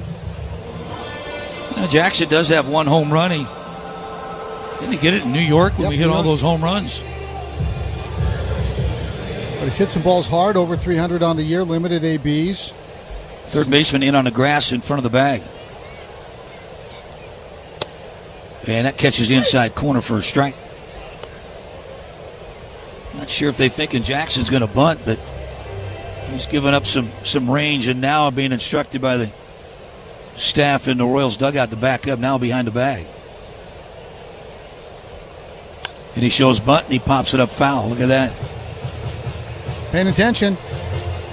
Knows you need base runners. We've seen Jackson bunt before.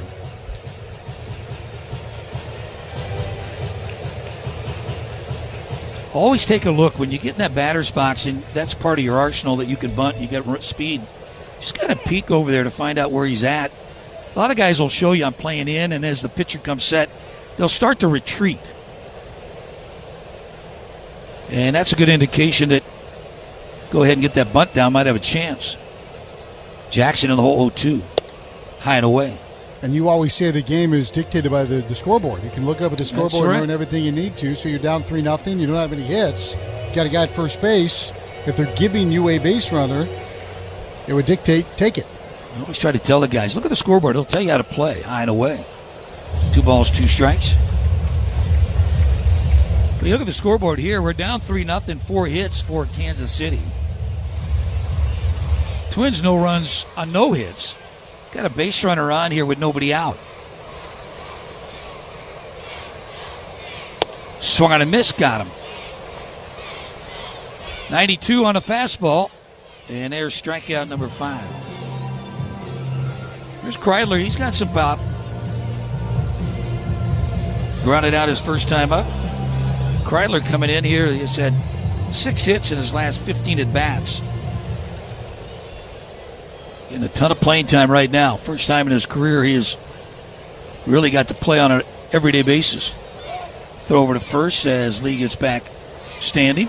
Like what he said he worked on not getting stuck on his back hip, Danny. How he felt like he had to hold it and hold it and hold it and be perfect. And now he's just kind of letting his body rhythms be athletic and let it rip a little bit more. Number out in front of home plate. Perez going to pick it up barehanded, underhand flip in time. Wow, Perez did not have enough time to kind of field it and overhand throw it. He's on his knees right now. He's going to need some help getting up. What a play. And was able to halfway up the line. They're going to come out and check on Perez. Might have stretched a hamstring or something. He's kind of gimping a little bit. Inside of that right groin area. He raced up the line. His only play was a do-or-die bare-hand flip and a tumble. And he does it to preserve the no-hit bid here for Noah Cameron. That is an amazing play by an amazing guy in Sal Perez. Let's pause 10 seconds, allow our stations to identify themselves. You're listening to Twins Baseball.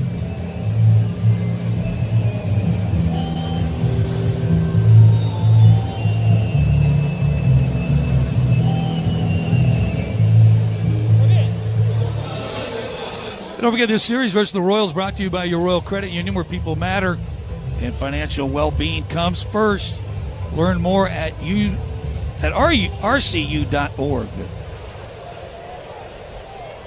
Top of the order with a runner at second. Here's where you need that clutch 2-out base hit. Martin, 0 for 1 with a walk. Ball to dirt, kicks away. The runner will advance to third, and Brooks Lee now 90 feet away.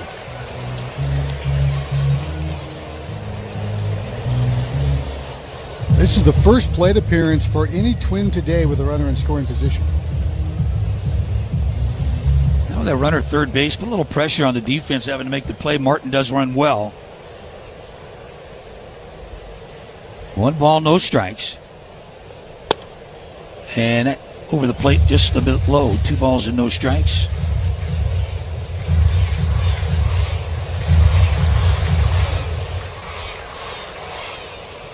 Still Twins no hits. Base runners, 2 of them by a walk.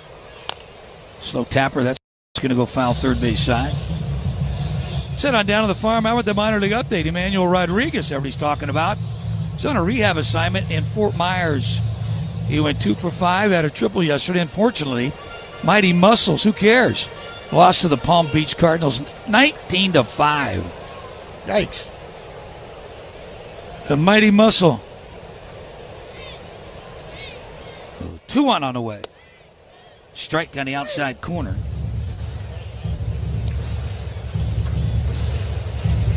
Twins just have one more challenge. Here's where you want to try to save it. You get a clutch 2-out base hit here.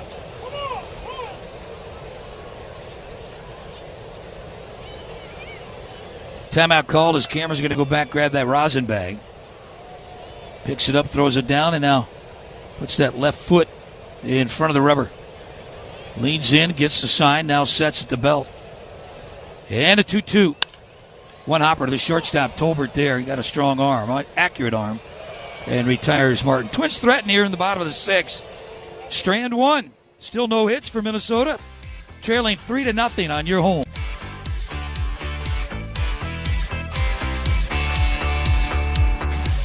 Hi, this is Glenn Perkins. Today's game is brought to you in part by James Hardy. Hardy Siding is America's #1 brand of siding. Learn more at jameshardy.com. No matter how you drive it, there's a Ford for you. On the work site or out in the town, F-Series trucks provide power and toughness when you need it most. It's what makes them the best-selling trucks in America for 49 years. When adventure calls, the Bronco family always answers. That's because they're made for the great outdoors. With a flexible interior, the Ford Explorer adapts towards your needs. Visit your local Northland Ford dealers to find the perfect Ford for you. Plus, a great offer to go along with it. Based on 1977 to 2025 CY industry reported total sales. If you've been looking for a reason to fill up your car with unleaded 88, how about this? Unleaded 88 can help you save big at the pump. And it's good for the environment by cutting emissions, assuming it's safe for your car. Any car made after 2001 is good to go. Speaking of good, it's made right here in Minnesota, which is great for our economy.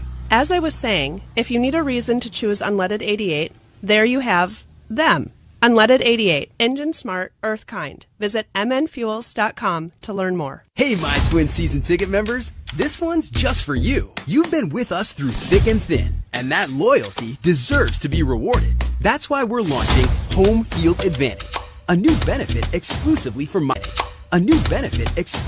My Twin season ticket members. Earn 15% credit back on every game you attend, plus an additional 5% bonus credit every time the Twins win. Not a My Twin season ticket member yet? Join today and start earning rewards. Learn more at twins.com/homefieldadvantage. You're listening to the Treasure Island Baseball Network. Hey, Bryce Harper and the Phillies are going to visit Target Field August 15th and 16th. Don't want you to miss this all-star matchup with Byron Buxton and the Twins. Get your tickets at twins.com/tickets. You might wonder, just a 2-game series against the Phillies. They're playing a game in Iowa, Field of Dreams down there on Thursday. And then back up here for the 15th, 16th. Take you the rest of the way. Here's Chris. Taylor Rogers announces his arrival with authority. He throws one all the way to the backstop. It's 1 ball and no strikes. Rogers facing Isaac Collins, who's batting from the right side. That's his weaker side. Rogers has poached a couple of wins out of the bullpen last couple of weeks. Hoping to do it again as a check swing strike. It's 1-1. It's 3-0 in favor of the Royals. 2 of the 3 runs earned against Bailey Ober. Just 4 hits for Kansas City. Twins have 0 hits and only 2 base runners. And the pitch just high in the count 2-1. A lot of talk about the trade deadline on Monday. Raj knows what that's all about. Taylor Rogers has twice been swapped at the deadline. And in fact, last year was swapped twice at the trade deadline. Hard ground ball foul third base line. He originally went from the Reds to the Pirates, never even got to Pittsburgh. And then Pittsburgh traded him to the Cubs. And the good news in all of that is he ends up being in a pennant push and gets to go to the postseason. Wonder if he even got on a plane and headed. Did not go to Pittsburgh at all. Not. But he made sure he got a jersey. 2-2 popped in the air behind second base. Long run for Keishall. Just going to bloop in there. A little parachute job. Keishall kicks it a little bit, but Collins going to stay put at first base. That base hit very similar to the little bloop hit we saw. I think that was from Tolbert back in the 5th inning. And the leadoff man with speed is aboard for Rojas, left on left. So Raj wanted, to get officially his Pirates jersey, so he got to request a number. So he took number 17 because that had been Derek Shelton's number when he was managing the Pirates, and they let him go earlier in the year. Rojas shows bunt. He bunts foul up the first base line, 0-1. So Raj said, I'll take Shelty's 17, even though he's never going to wear it. And then he went on, of course, to the Cubs. The other time he went from the Padres to the Brewers. That was the Hader deal. Rogers and Lee talking over the bunt possibilities with Rojas in the box. Jackson, fairly new to first base. He's holding the runner. That's Isaac Collins. Rogers looks at Collins. Now to the plate, the bunt, and it's up around his ear hole, and the throw back to first, but Jackson was nowhere near first base, so Collins able to get back easily. Rojas is still sitting on the ground at home plate. Well, he squared around. The pitch was up and in. Not an easy feeling right there to be able to square around, put your face out over home plate, and have that ball kind of right at the crown of your helmet. A big sweeper from Rogers that swept over the brim of his cap. Lee is in at third, the square, the bunt up the first base line. Rogers picks it up, turns around, throws to first. Lewis covered, and they get the out. So everybody executes their part of the program. It's a sacrifice for Rojas. It's a 1-4 putout. And now that insurance run is at second base, and here's Tyler Tolbert. Top of the seventh inning, 3-0. Royals. They have vexed the Twins this year. They've won 6 of the 9 meetings. And trying to win a series here. Twins in their last dozen series have only lost 2 of them. One to the Dodgers, one to the Cubs. Tolbert takes a strike in the count 0-1. Dodgers, Cubs, Royals. One of those 3 things doesn't belong here in 2026. But the Royals, boy, they've had the Twins number. They've pitched them well. They've been timely in the batter's box. They've made all the plays defensively. 0-1, check that. It just missed. It's 1-1. Twins and Royals meet for their final 3 games of the season Tuesday, Wednesday, Thursday of next week, just after the trade deadline in Kansas City. Royals, if they hold on and win today, will have clinched the season series. It's foul tip, and the count is 1-2. You know, there's so much hype leading up to that, and then it's kind of a letdown. Yeah. In that, all this talk and teams they'll stay pat a little bit. There will be some players moving, and also you got to wait till that midnight deadline or that wherever the time runs out. 1-2 pitch. Swung on a popped up foul. And you've always said if you want to make a move, get the deal done earlier rather than later. Yeah. If I'm going to get an extra arm, an extra stick, let's try to do it so that I can use them for 55 games instead of 52. Yeah, and you know what? I'm sure that they understand which teams might be bidding, and it's a matter of what players I'm willing to give up, what players is the other organization willing to give up. Look back to second, the 1-2 to Tolbert, down and in, 2-2. And I always have heard, well, we would have given, our players were better than what they traded for, or we were willing to give more players.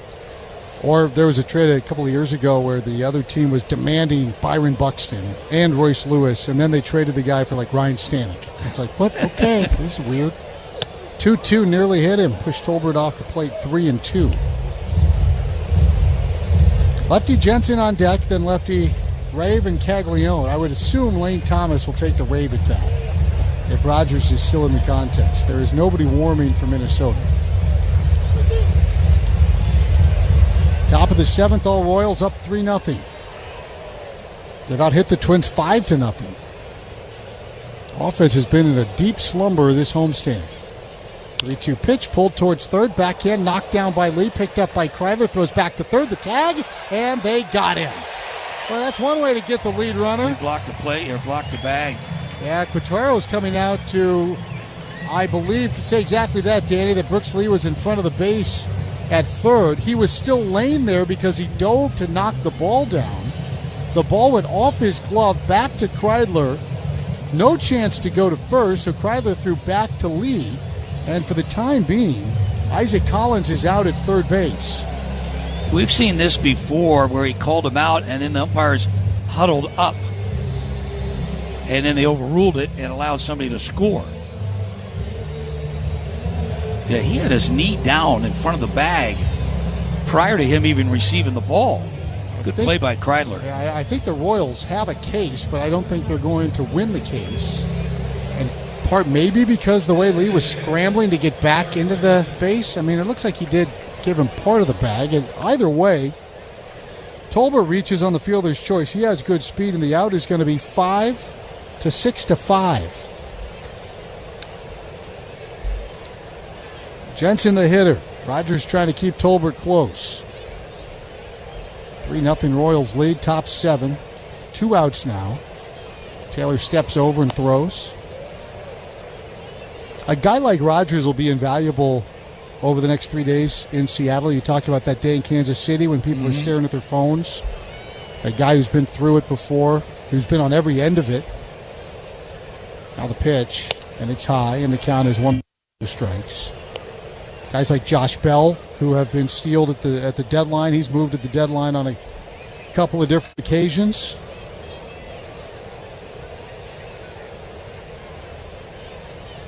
One ball, no strikes. And there's one dropped in for strike Chris, 1-1. The position the Twins are in right now, they're contenders. If anything, they're looking to add, not so much subtract like they did last year and just kind of threw the towel in. So I can't imagine making some trades. They have to improve at the major league level. The 1-1 is wide, and they count 2-1. I don't think they're making a trade of a player to get some minor league players. They're not looking to stockpile prospects here. There might be a player that's low level that, down the road maybe, but they're looking for a big league player. 2-1. And that just misses 3-1. You going to challenge this? Previous pitch, call ball. Catch is challenging. Twins have just one left.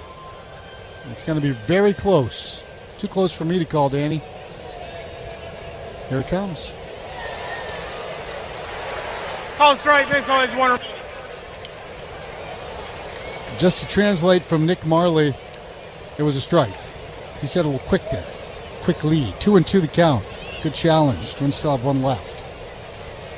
Tolbert is yet to move. Rogers keeping him off balance enough. Still not running. And the pitch is taken just off the plate. 3-2. Rave is in the on-deck circle. The man who will not hit singles. John Rave in his 10th game, he has 6 hits, all for extra bases. 2 doubles today. 3-2. And that is taken just off the plate. Boy, close pitch, and that's ball 4. So Tolbert goes to second. Jensen goes to first, and now they'll call back Rave, and here's Lane Thomas. That was just too simple. Lane Thomas platoon audition here. Talked about the dearth of right-handed bats on the trade market. Guys like Joe Adell have been talked about. Zach Neto with the Angels. And last year was Isaac Paredes, was one of those right-handed bats. And this year, Lane Thomas. Why don't we ever hear about left-handed bats? Too many of those. They're all over the place. They're all over the place. Everybody's got left-handed bats. This series with the Royals brought to you by Royal Credit Union, where people matter and financial well-being comes first. Learn more at rcu.org. And Danny, I asked you earlier, we were just chatting before the game, if you'd ever been, part of the rumor mill speculation at the deadline. You said not really. What about when you're in the minor leagues? Because what we forget is when you're dealing and it's prospect deals, if the big club's good, then the prospects are the guys who might be nervous about going somewhere or excited about it. From a minor league standpoint, never paid much attention to any of that other than you're hoping that somebody would be moved on depending on what level you're at. If you're at the AAA level and somebody gets moved and it happens to be your position, then it might be good. Yeah, giddy up. But then again, the player they get back or trade for might now block you. We were talking about that with Justin Morneau when he went to Pittsburgh. Once again, he blocked Garrett Jones. Pitch to Thomas, pulled foul, 0-1. Garrett Jones had been a very productive Twins minor leaguer for a long time, but Morneau had blocked him from the big leagues. And then he got a chance to play in Pittsburgh and did well. Put up big numbers, and then all of a sudden they acquire Morneau at the deadline. He goes, you again.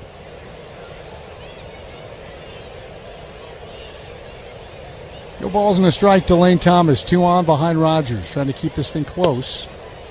Backdoor breaking ball strike, and the count 0-2. Have to put him away here. Caglione on deck, a 2-run home run. It was a blast back in the third. An unearned run in the fifth. That's all the scoring for the Royals, but the Twins don't even have a hit. I'm sure Noah Cameron getting the silent treatment down in the Royals dugout. Pitch. Swung on and fouled down the right field line. Stays 0-2. There's nobody up in the pen. Cameron's pitch count is at 72, and again, he has 6 no-hit innings. Maybe 1 hard-hit ball.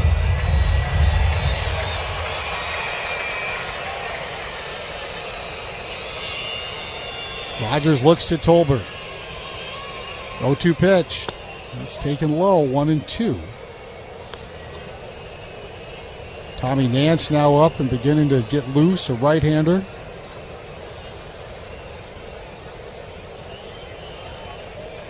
Warm, sunny day at Target Field. Rogers offers. Swung on and fouled again. Stays 1-2. Twins offense has been in a trance for the better part of the homestand. Dobnak blanked them yesterday. Twins only had one run through the first 8 innings of the game prior to that. The Lugo started. The 1-11-run outburst, but other than that, they've been handcuffed. A 2-0 win and then a shutout loss on 2 hits. And called strike 3 here on Lane Thomas. And that pinch hit, platoon advantage, did not pay dividends for the Royals. Rogers strands a pair. We stretch at target field. Twins looking for their first hit of the game when we return to a 3-0 Royals.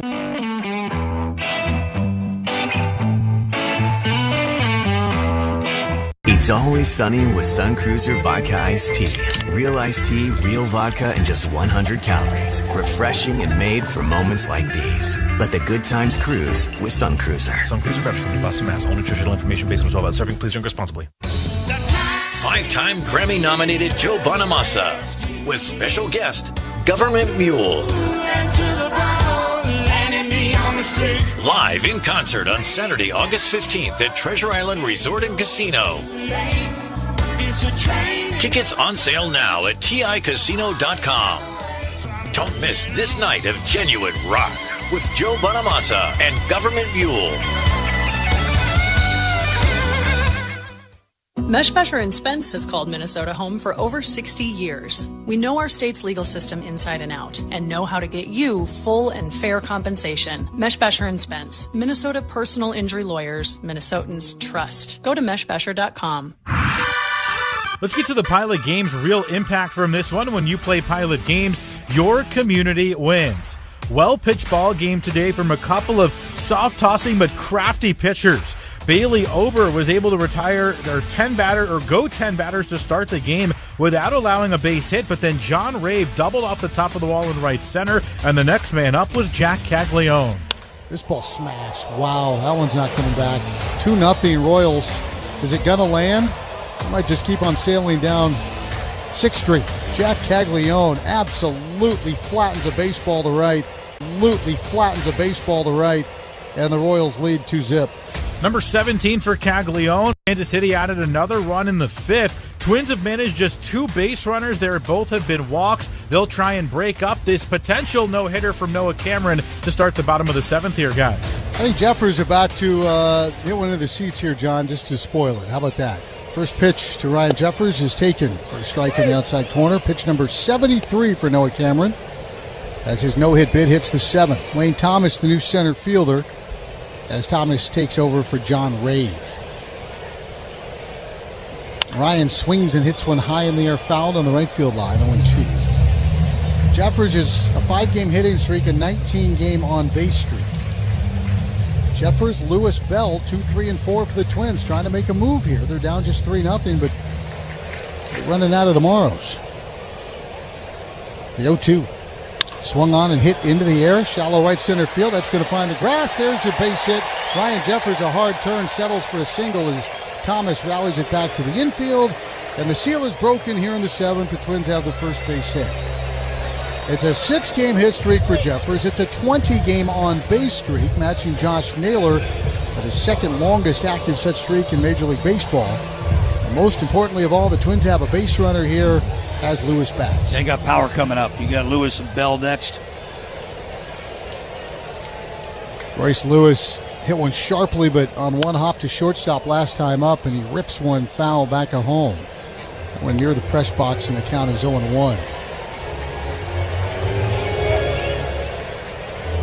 Royce Lewis hasn't homered since July 11th here against the Angels, but he's had a bevy of hard-hit balls, including the game-winning triple the other night as he foul tips one into the glove.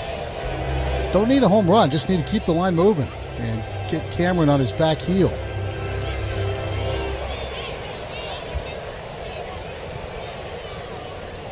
Royce awaits, he's in an 0-2 hole. He tries to check, I don't think he did. He's out on strikes. 6th strikeout for Cameron. A half swing from Royce, and now Josh Bell, the hitter. Bell leads the team in RBI, but he's been quiet. 2 for his last 15.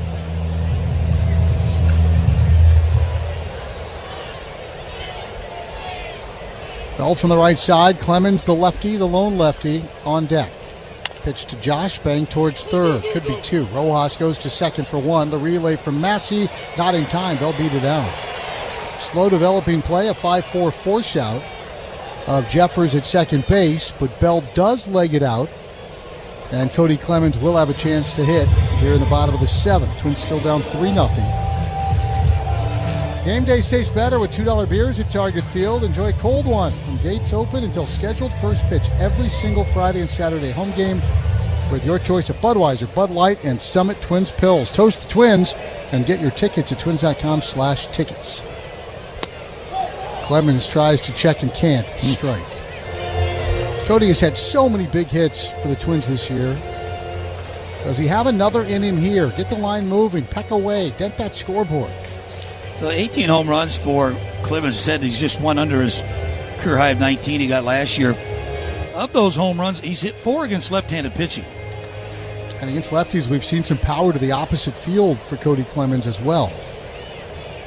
Up on his front toe, here's the pitch, and he takes on the inside part of the plate for a strike, and it's 0-2. Cameron has gone 0-2 to everybody except Bell, who he got into a fielder's choice down a single pitch. He has not thrown a pitch out of the strike zone for a ball in this inning. Here it comes. And it's down. There's your ball, and the count is 1-2. Let's see if that reverse hex works. He has not given up a home run yet in this inning.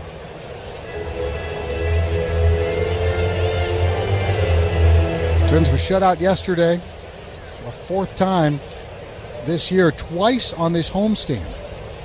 And if you guessed A's and Royals, you were right on top of it. Clemens pops this one up into foul ground. A long run for Rojas. He's right at the tarp and the wall. Watches it sail over the net. Stays 1-2.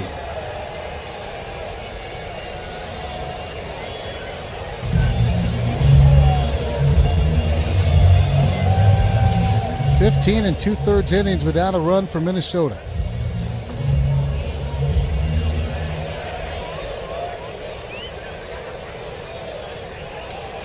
Cameron steps gingerly to the mound.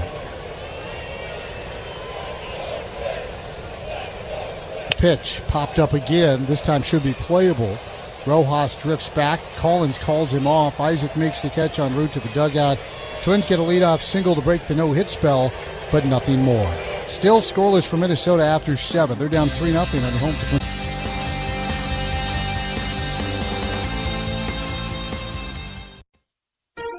Let's step back in time with this date in Twins history, narrated by Dick Bramer. July 30th, 2019. The Twins kick off a series in Miami, and Byron Buxton starts the scoring in the third. A swing and a drive, left field and deep, back it goes. Granderson on the track, at the wall, that's gone. Buxton a home run, number 10, and the Twins take a 1-0 lead. The Bomba squad now have 11 different players with 10 or more homers as they defeated the Marlins 2-1. It's certainly a deep lineup, and we know that every day when we make the lineup. And the thing is, then we look at our bench and we think we have really good major league hitters that are not out there every night. We have Cruz and Scopey and AD and Castro, who've all had very nice years as well offensively. To catch the next moment in Twins history, get your tickets at twins.com. For those fortunate enough to help the person who has always been their hero, find the care guides you need to help at aarp.org/caregiving. Brought to you by AARP and the Ad Council. Here is where bombs are launched, corners are painted, and extra bases are erased before they even happen. Here is where pours are always perfect and the sunsets show off. Here is where happy hour prices every Friday means $2 beers, $2 snacks, all stars on. Here is your club here, giving you a slow clap. Because this is Target. It's Target, no place like. Get your tickets at twins.com.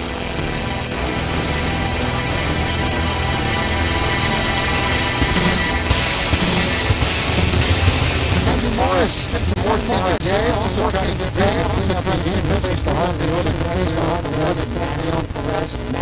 3-0 Royals. They've got 3 Royals. They're win the top of the series on the line.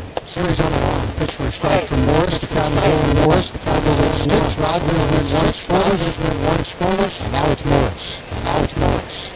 Just trying to hold the line until the offense wakes up. Off the hands 1-2. This man Quaglione responsible for the Royals lead. As he just destroyed a baseball right over the third innings. 2-out, 2-run shot. The 0-2, wide, 1 ball, 2 strikes. I would think that ball might have got caught up in the flags because it didn't come down. Yeah, he just got to drop straight. He just got to put straight yardage on it. 138 feet. 1-2. Hit sharply foul on the ground up the first base line. Stays a ball and 2 strikes. Bullpen is still quiet for the Royals. Cameron's thrown just 82 pitches through 7 one-hit innings. Dobnak and Cameron have combined to not allow a run against the Twins in this series. It's a ball low 2-2. Won't get easier for the Twins hitters. They're going to get Bryce Miller, Logan Gilbert, and George Kirby for the Mariners. Those are 3 hard throwers. 3 good pitchers. Yeah, that might be what they need. 2-2, just missed, 3-2. Especially for the lefties, Danny, they may be like, good. Give me some of that triple-digit velo. Yeah, give me that hard velo. Hard slider, hard cutter. Enough of this working the edges. 3-2 foul. Jacob Lopez, Noah Cameron. Lugo is a pitcher's pitcher. He works all around the corners. Dobnak dominated in the zone. Brandon Basso. Broken bat flare, shallow left. Martin racing in, can't get there. Just going to drop in front of him. So that bat will head to the lumber yard, but it will die a hero. And Perez will be the batter.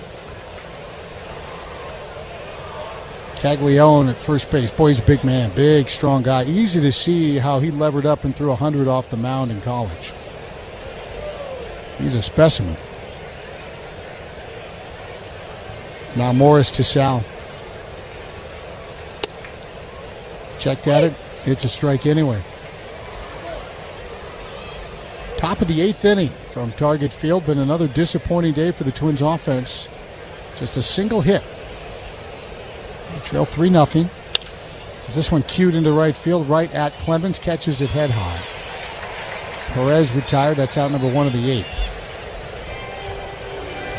Such a weird homestand. The Twins, remember, won that dramatic 12-inning game in Cleveland to go 3-4 on the road trip and split the series with the Guardians. They came roaring home, all fired up, and then got blanked 2-0 by Jacob Lopez and the Athletics, the worst pitching staff in baseball. Then they won 2-0 as Rojas, the late starter after Paredes had to scratch. Pitch down here to Massey, 1 ball, no strikes. Then the one game where they really looked like themselves, they beat up on the A's 11-8. And then Bradley was really good, but it took a rally with 2 outs in the 9th inning to walk off the Royals 3-2. Then they were shut out. And now a ground ball to second, a flip from Lewis to Kreidler, back across the diamond in time for an Innovative Office Solutions double play to end this, the 8th inning. And the Twins can now try to do something about being shut out for a second. Home for Twins baseball.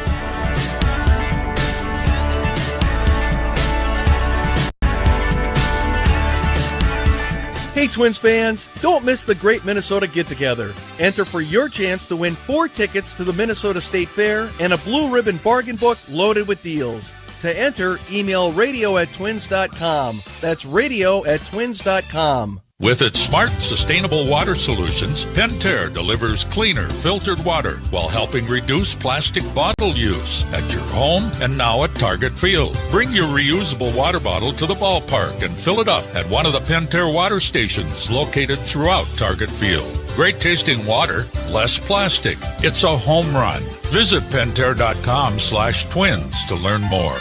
Pentair, the official smart, sustainable water provider of the Minnesota Twins. We all love to cheer on the Twins as they clean up on the field against their opponents. Speaking of cleaning, how about the professionals at Marsden, another Minnesota hometown team based in the Twin Cities?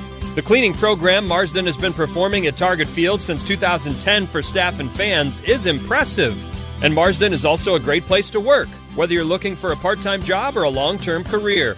Marsden is currently hiring for all shifts so you can find work that fits your schedule. Creating careers and making a difference. Marsden. Step up to the plate, fans. It's game time, and nothing fuels your enthusiasm like Sheboygan Sausage Company. Hey, it's Byron Buxton. Whether it's a home run or a grand slam, Sheboygan sausages, bratwurst, and hot dogs always hit it out the park. Smoked with the finest spices and bursting with flavor, Sheboygan is a guaranteed crowd pleaser. So grab a Sheboygan sausage, bratwurst, or hot dog. Cheer loudly and taste the winning flavor. Find Sheboygan stadium-quality sausages, bratwurst, and hot dogs at Jerry's Foods. You're listening to the Treasure Island Baseball Network. Billy Cameron has never gone more than 7 innings in his fine young career. He's gone 7 scoreless, 1 hit today, facing Luke Keyshaw in the 8th. Twins have had 3 base runners. They have all been leadoff base runners. First pitch to Keyshaw's a strike, and the count is 0-1. Leadoff walk to Martin in the first after he saw 7 pitches. And then he was caught stealing on the first pitch to Ryan Jeffers. Walk to Brooks Lee in the 6th. They stranded him at 3rd. Keyshaw fists one into the seats. It's 0-2. And then Jeffers, an 0-2 base hit in the 7th. He was forced at second base by Josh Bell, and Bell ended up marooned alongside Caglione at first. 3-0 Royals. 0-2 down. 1 ball, 2 strikes. Twins have Yoendris Gomez up. Royals bullpen quiet. 87 pitches in for Cameron. Number 88 swung on and fouled. This is a spot where even just fouling off some pitches, extending at bats, could force the Royals to get a guy up and have to get him up in a hurry. Things can happen fast. But Cameron has been on cruise control the bulk of the day. Here's the pitch. Swung on and rolled slowly, left side of the diamond. Rojas picks it up, pirouettes, throws to first, and he gets a hustling Keyshaw. Yet another weakly hit ground ball to the left side of the diamond. That was on the changeup. He set it up with that good curveball, and now it's Brooks Lee. Brooks Lee is 0 for 1. He's just 2 for 18 on the homestand. He's second on this club in runs batted in, 56, but he hasn't driven in a run in 6 games. He's had a 10-game stretch without driving in a run, a 7-game stretch. Entered today with a 6-game stretch, and he watches low, 1 ball, no strikes. Batting right-handed again. The right-handed side for Lee has not been as productive. He's 212 from the right side, 259 as a lefty, and the OPS jumps 174 points when he flips into the left-handed batter's box. He'll spend the series in Seattle batting left. Watches down, and the count is 2-0.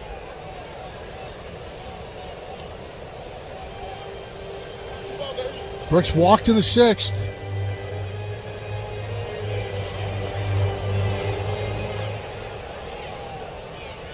Martin, Lee, Jeffers, the only 3 Twins to reach against Cameron. Only 1 hit. Brooks chops this one to third. Rojas smothers it behind the bag. He throws to first, and Brooks Lee is retired. Alex Jackson will be the batter. And again, it's that combination of curveballs, changeups, and cutters. And Brooks just beats it down into the dirt around home plate. And Cameron utterly dominant here this afternoon. Alex Jackson will be the hitter. Cameron has faced 2 men over the minimum. Jackson foul tips, and the count is 0-1. Jackson 2 strikeouts today. It has been a frustrating day. It has been a frustrating series. It's been a frustrating homestand for the Twins offensively.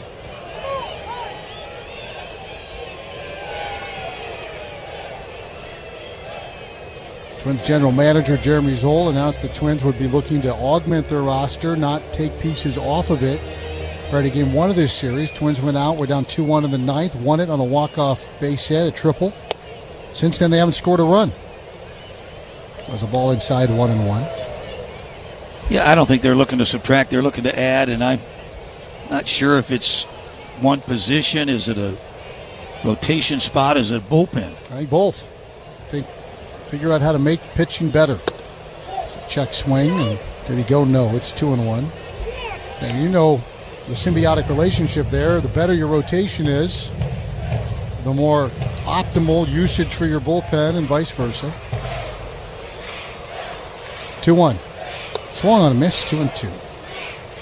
Yeah, but the Twins have been adding in. It's been a revolving door in that bullpen all year. Open tryouts and a couple really nice pieces have stuck. Ton of waiver claims. Went out and traded for Tommy Nance already, and he's been an addition that's helped. Jack Anderson has helped to win and a save as Jackson swings and misses. And what a day it's been for Noah Cameron, making it look easy. 8 scoreless innings for Noah Cameron today, just a single base hit allowed.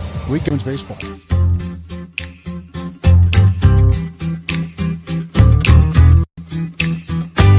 Season after season, Twins fans show up for the team they love, and United Healthcare shows up for your health the same way.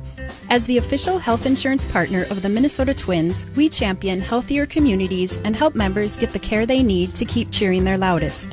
From opening day through the off-season, United Healthcare is committed to helping Twins territory live well and feel their best all year long. Learn more at uhc.com. That's uhc.com. United Healthcare, committed to care. It's time to play ball and play to win. Pilot Games and the Minnesota Twins have teamed up for an all-new E-Tab game, Twins Wins. Step up to the plate for your chance at big prizes while cheering on the Twins all season long. It's fast, it's fun, and it makes every game even more exciting. Plus, when you play Twins Wins, you're also supporting local Minnesota charities with every play giving back to your community. Step up and play. Follow Pilot Games MN to find a location near you. Pilot Games, proud partner of the Minnesota Twins. Innovative is the hometown supplier of restroom and office essentials for the Twins. We're proud to sponsor the Double Plays program, donating $100 to Fight Like a Ninja every time the Twins turn 2. As workplace needs evolve, count on Innovative. Learn more at innovativeos.com. Step up to the plate. It's Quick Trip's Around the Bases contest with Mars Wrigley. Want in? Stop by your neighborhood Quick Trip and purchase any Mars product with Quick Rewards for your chance to win cash. Choose from your favorites like Twix, Snickers, M&M's, Skittles, Starburst, Lifesavers, or Milky Way. Get full details at QuickTrip.com/sweepstakes. No purchase necessary. .com/sweepstakes. No purchase necessary. Hey, have a winning season with Quick Trip's Around the Bases contest. Quick Trip and Mars Wrigley, proud partners of Twins baseball. This is the Treasure Island Baseball Network. Yoendris Gomez will get some work in here in the ninth. Gomez facing Lofton, Collins, and Rojas. Trying to keep this a 3-0 game. Twins are going to have 9-1-2 in their half of the ninth, and it looks like maybe Lang, the closer, might be up for the Royals right now. Anybody but Cameron or Dobnak at this point would be welcome for the Twins. Lofton's the hitter. He's 0 for 3.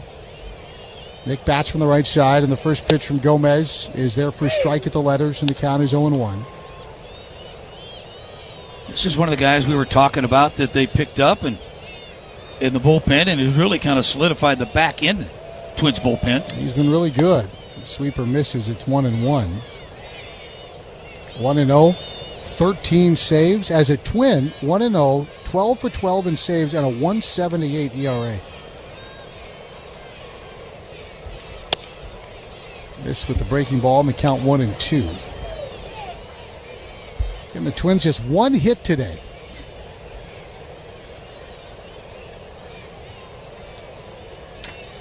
The 1-2. Fouled away.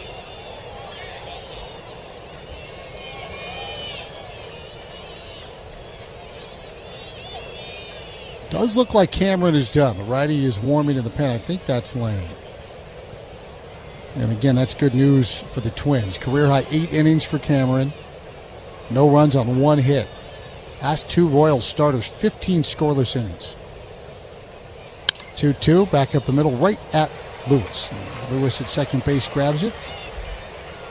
Out number 1 on a little humpback liner. And here's Isaac Collins. 1 for 2 with a walk. Looking ahead, brought to you by James Hardy. The Twins off to Seattle. It's a 9:10 Central start tomorrow night. We'll be on the air at 8:30, so put some coffee on. Series opener against the Mariners, Evie Matthews, Bryce Miller. When you look ahead to home improvements, look to James Hardy. Hardy Siding, America's #1 brand of siding. With Lee playing back, Collins tries to bunt his way aboard. He bunts foul.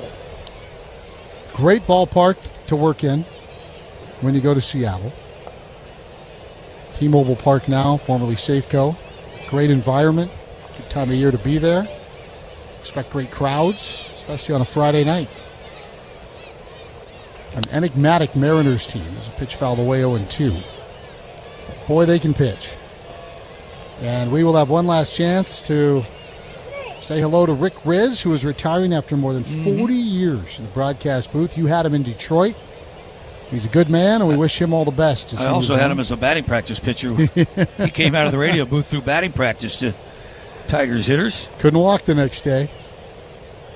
0-2 pitch.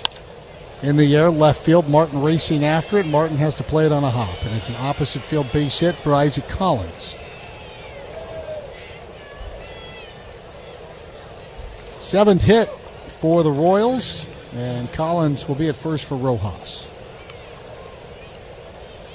Boy, of the 7 hits, 4 of them maybe? Those little kind of bloop flares that just kind of parachute into the grass. I think the only balls hit hard was Rave hit that double with 2 down in the 3rd, and then Caglione, I don't think he hit a ball much harder than that for the 2-run homer. Rave's other double smacked 2s, 3 of the 4. The 2 Rave doubles in the homer by Caglione. Pitch down on the count 1-0 to Rojas.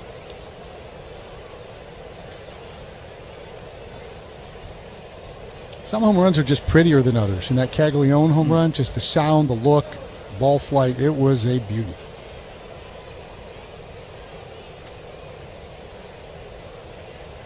The 1-0. Snap throw down to first. Collins dives back. Pitch was high. Ryan Jeffers with that snap throw. His name has been bandied about. He's a free agent at the end of the year. Could this be his last home game as a Twin? Any of these Twins, if they are to move at the deadline, this would be their last go-around wearing a home uniform here.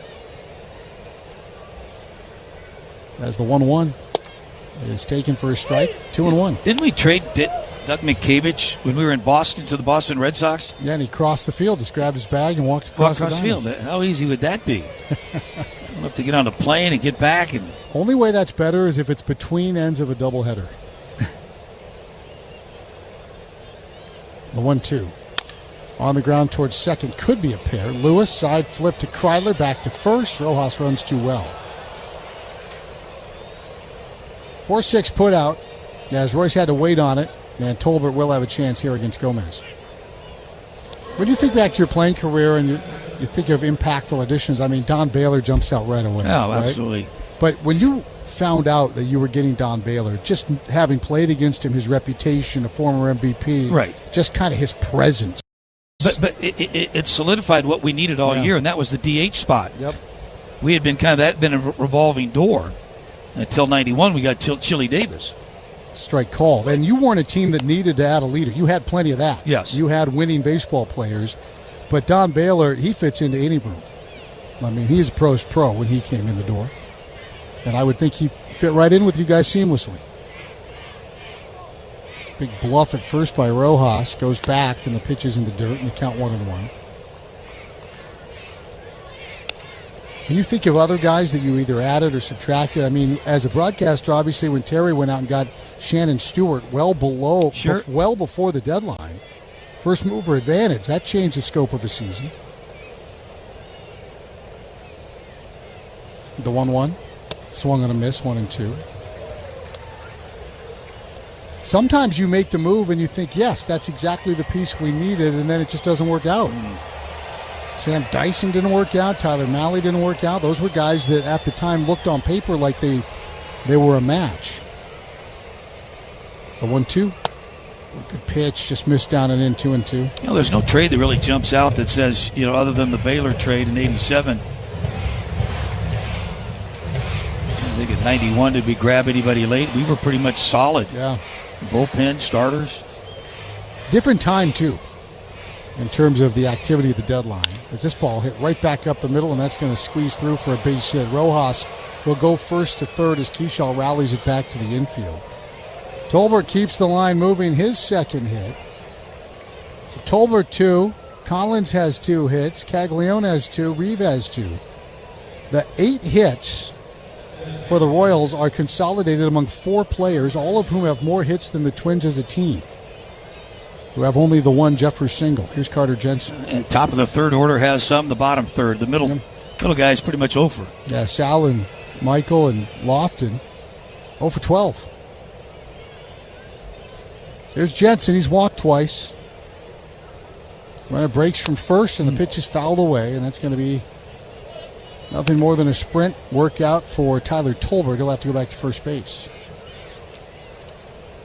But if Tolbert runs, I just can't see a world where they throw through. We saw Rojas on the back end of a double steal grab home the other day. The Twins will not be falling into that trap. They just need to get the hitter, keep it a 3-run game. Pitch down and in, 1-1. Is that Lang? He's standing right where I can't read his number because of the fence. Looks like Lang. Biff, what do you think? Is that Alex Lang? Sure hope so. I really hope so. Tolbert runs. Pitch swung on a miss. Tolbert takes the base. So they're on at second and third now, but the Royals down to their last strike. It is Lucas Erceg who is up, not Alex Lang. Erceg, who lost his closer's role. And the second best big leaguer from Westmont High School in the building today. The 1-2. Swung on a missed, and Jensen's down on strikes. Carter Jensen strikes out. Twins need 3 to tie and avoid losing the series to the last place Royals. We'll see what they can do when we return to the ninth on your home for Twins Baseball. Twins doubles deserve Pepsi. During the month of July, every time the Twins hit a double at Target Field, you score big savings with BOGO Pepsi 2 liters at Cub. Check your Cub app. A digital coupon is automatically added the day after any Twins player hits a double at home. So you can grab a free Pepsi Zero Sugar 2 liter when you buy any other Pepsi 2 liter product. Clip it, redeem it, and enjoy. Twins hit a double, you sip double. It's a win-win. Pepsi, official soft drink of the Minnesota Twins. That is the sound of a butt being worked clean off. Exactly the kind of worked off butt Duluth Trading bills underwear for. Sweaty butts and achy butts, scratchy butts and funky butts. Stress butts too. If there's a butt being worked off, there's an underwear for it that cools, that comforts, underwear that works. Duluth Trading. Underwear for folks who work their butts off. Hey, why are you bowling wrapped in a blanket? Oh, this? It's my Securian blanket. It's an unsubtle metaphor for the confidence I feel knowing I have smart insurance and retirement solutions from Securian Financial. Okay, but what are you going to do about that 7-10 split? I've got it covered. Wrap yourself in the feeling of confidence. Learn more at Securian.com. Insurance issued by subsidiary companies. Securian Financial Services. Member FINRA. La Playa can sound like, for others, it's... But this is our playa. This is our playa. Corona. La Playa awaits. Relax responsibly. Corona Extra Care. Imported by Crown Imports, Chicago, Illinois. This is the Treasure Island Baseball Network. Noah Cameron was brilliant. A career-high 8 innings. Gave up just a single hit, a single by Ryan Jeffers, walked a pair. And now trying to protect a 3-0 lead, the right-hander Lucas Erceg lost his closer's job. He's blown 6 saves. He's 12 of 18. 4-3 in the win-loss column. Twins now deploy their lefties, so Larnick will hit for Kreidler and Caratini off the bench to hit for Austin Martin. Erceg throws hard, ERA at 5.26, but he's got 27 strikeouts, which is a low number considering his stuff, in 39 in the third innings, and 23 walks. He's also hit 4 batters. Big swing and miss by Larnick at pitch 1. He was first pitch ready. It's 0-1. That was the sinker at 97. So big stuff, but he hasn't missed a ton of bats this year. Team's hitting nearly 287 against Erceg. He was a deadline deal acquisition a couple of years ago as he slips a slider in for strike 2, and it's quickly 0-2 on Larnach. Larnach waits 8 innings for an at-bat, and it's 0-2 in the blink of an eye. Yeah, he gets a ton of ground balls, too. Irsay came over from the Athletics at the deadline 2 years ago. Larnach awaits. Irsay taps the front leg, fires, and it's down and away. 1 ball, 2 strikes. Need base runners. You talked about the walks, and that is kind of alarming for him. Has pitched fairly well, 8 of his last 10 road appearances. He's been pitching well. 1-2. Wide, 2-2. That's what you're looking for. 2 balls, 2 strikes. Again, Caratini on deck. We've got Jeffers to follow. Also on the bench, Roden and Gray. Twins need 3 to tie. Swing and miss. They won't get it here. A strikeout of Trevor Larnach. Larnach strikes out on the slider. Twins are down to their final 2 outs. Vic Caratini batting from the left side.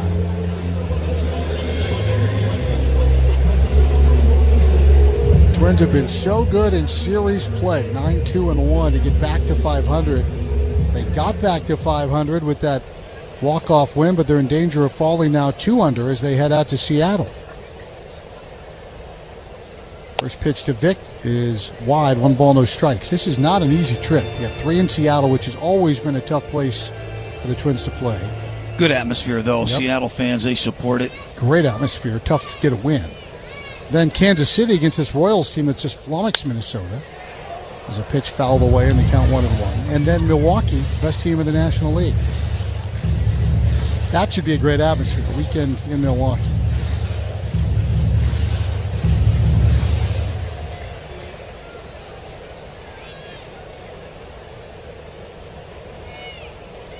One ball, 1 strike to Caratini. Time called. Twins down to their final 2 outs against the Royals. If they can't rally here, they'll split this homestand right down the middle at 3-3, and they'll feel, I believe, that they left a little bit of opportunity on the table. 1-1. This is in, 2-1. But you can't worry about what you left on the table, because you have to be looking ahead to what that next opportunity might be.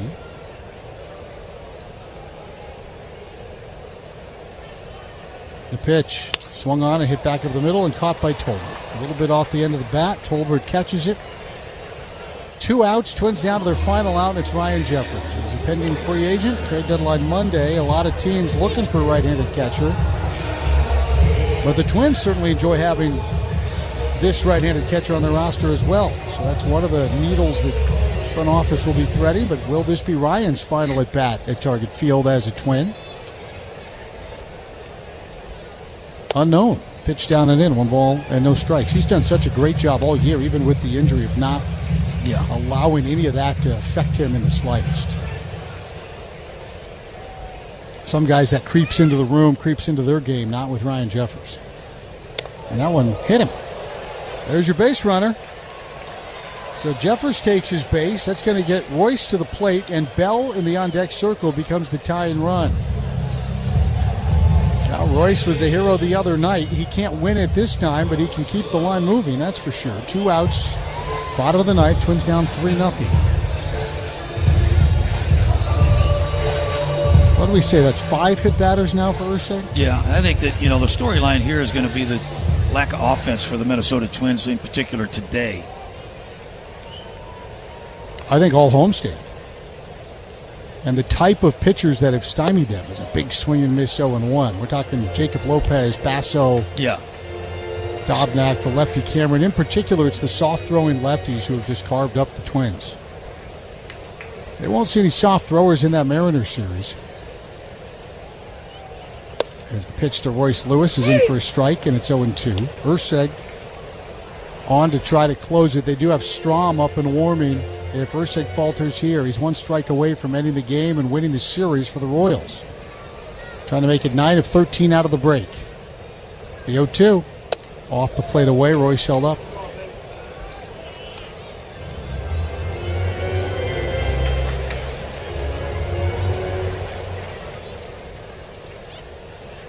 Twins down to their final strike. Down 3 runs, runner at first. And the pitch. Down and away, and the count is 2-2. If Royce can somehow reach, I think they'll go to Strahm to flip Bell around to his strong side. Also, a lefty Clemens then would be behind him. Come on, Royce. 2-2, back up the middle. That's got a chance. It's through for a base hit. Twins are alive. Jeffers stops at second. Royce Lewis with the Twins' second hit of the ball game. And the tying run will indeed bat here in the 9th inning. Josh Bell hurries up to the batter's box, and now here comes, I believe that is Matt Quatrero, jogging to the mound. Ursek turns his back on him. No, that's going to be the pitching coach. I think they're going to pitch to Bell. So Bell from the left side, 2 for his last 16. And he is the tying run of the plate. Pixie dust yet here at Target Field. Bell is a lefty this year, 238 as a righty, 258, so better average as a righty. The power, though, all from the left side. 10 of his 13 home runs. Just need one swing here, Josh. 2 on for Bell. Twins down. The first pitch bounced foul, first base line. 3-0 in favor of the Royals. They've out-hit Minnesota 8-2, but Jeffers has been hit by a pitch. Lewis has singled. And the Twins bring the tying run into the batter's box. Josh coiled. Pitch delivered, swung on and hit the other way and hit well. Collins chasing it towards the line. Collins slides. He can't make the play. It's a foul ball. A great effort by Isaac Collins. And fortunately, that ball pushed foul. It feels like he catches everything in the left center field gap, so you're like, oh, he must play well off the line, but he still gets back to the line. If there's more, that hit right on the top of the padding, if there's more foul territory, Collins going to run that down. He really has great lateral range. Twins down to their final strike again. Bell's the tying run, and he takes high. 1 ball, 2 strikes. Cody Clemens is on deck, hoping for a crack at it. 3-0 Royals, a strike away from leaving Target Field with a series win. This after taking 2 of 3 in Detroit. The pitch, down and in. 2-2.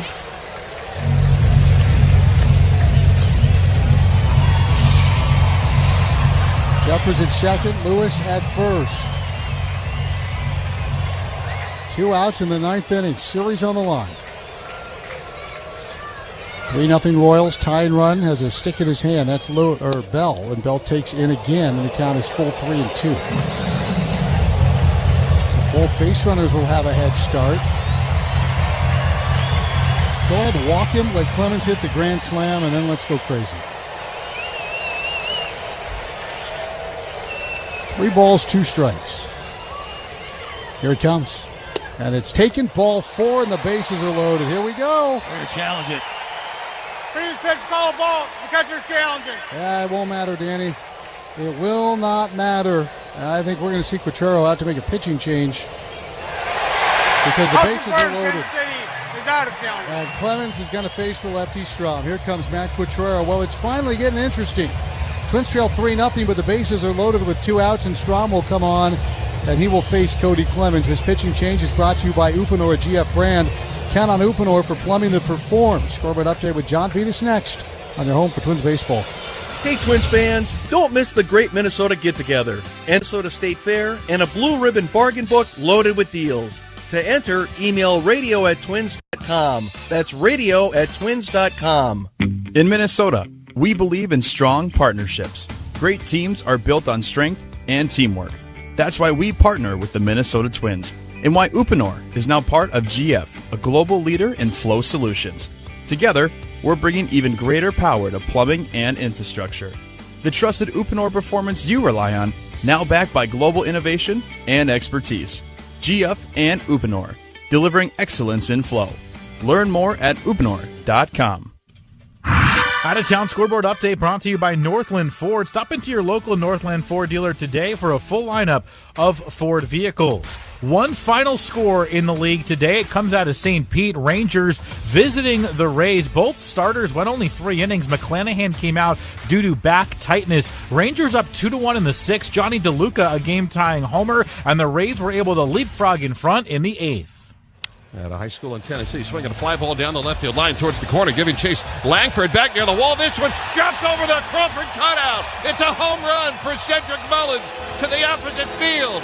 It just missed the pole and went over the 3:15 sign. The Rays have taken a 3-2 lead.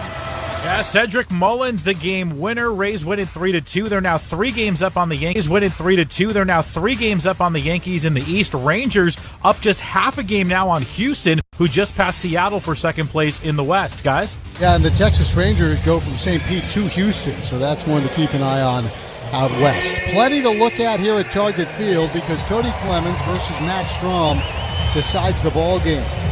Strom, the former All-Star from West Fargo, is 3-3 with a 6.75. He has no saves this year in 3 tries. Left on left with Clemens, who has faced Strom once. He's 0 for 1. The bases are loaded. 2 men are out. Jeffers, Lewis, and now the pinch runner is Roden at first base. And the first pitch to Clemens is a strike. So Roden runs, and he is the tying run at first base. Clemens, the winning run in the Matters box. Offense has been a slog all day, just 2 hits, but the Twins are in it. Pitch to Clemens, fouled straight back. He was on it. He peeled that sinker straight back, and again, the Twins down to their last strike. They've been down to their last strike on a couple of occasions already. Sinkers and sliders for Strom. Back-to-back sinkers, and now he's got him set up for that slider away. Play him off the line at third if he can go that direction. And the pitch swung on and hit high in the air.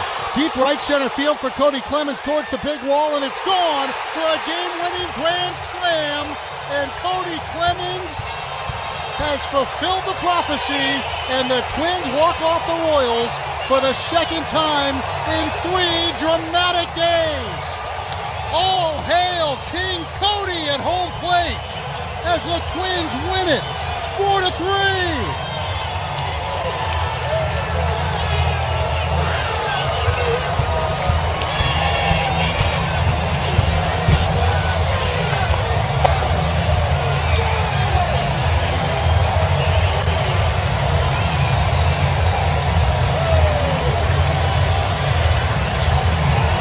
If you stick around to the end with this club, you never know what you might find. 4th walk-off of the year. Clemens matches his career high with his 19th home run. None bigger as the Twins win another series and improve to 55-55 on the year. I said it 2 days ago. I'll say it again, John Vitas. How do you not love this team? Tell us what's to come on the post-game download. That was a stunner, Chris. Out of nowhere, the Twins battle back and somehow stun the Royals in this afternoon rubber game at Target Field. Unbelievable.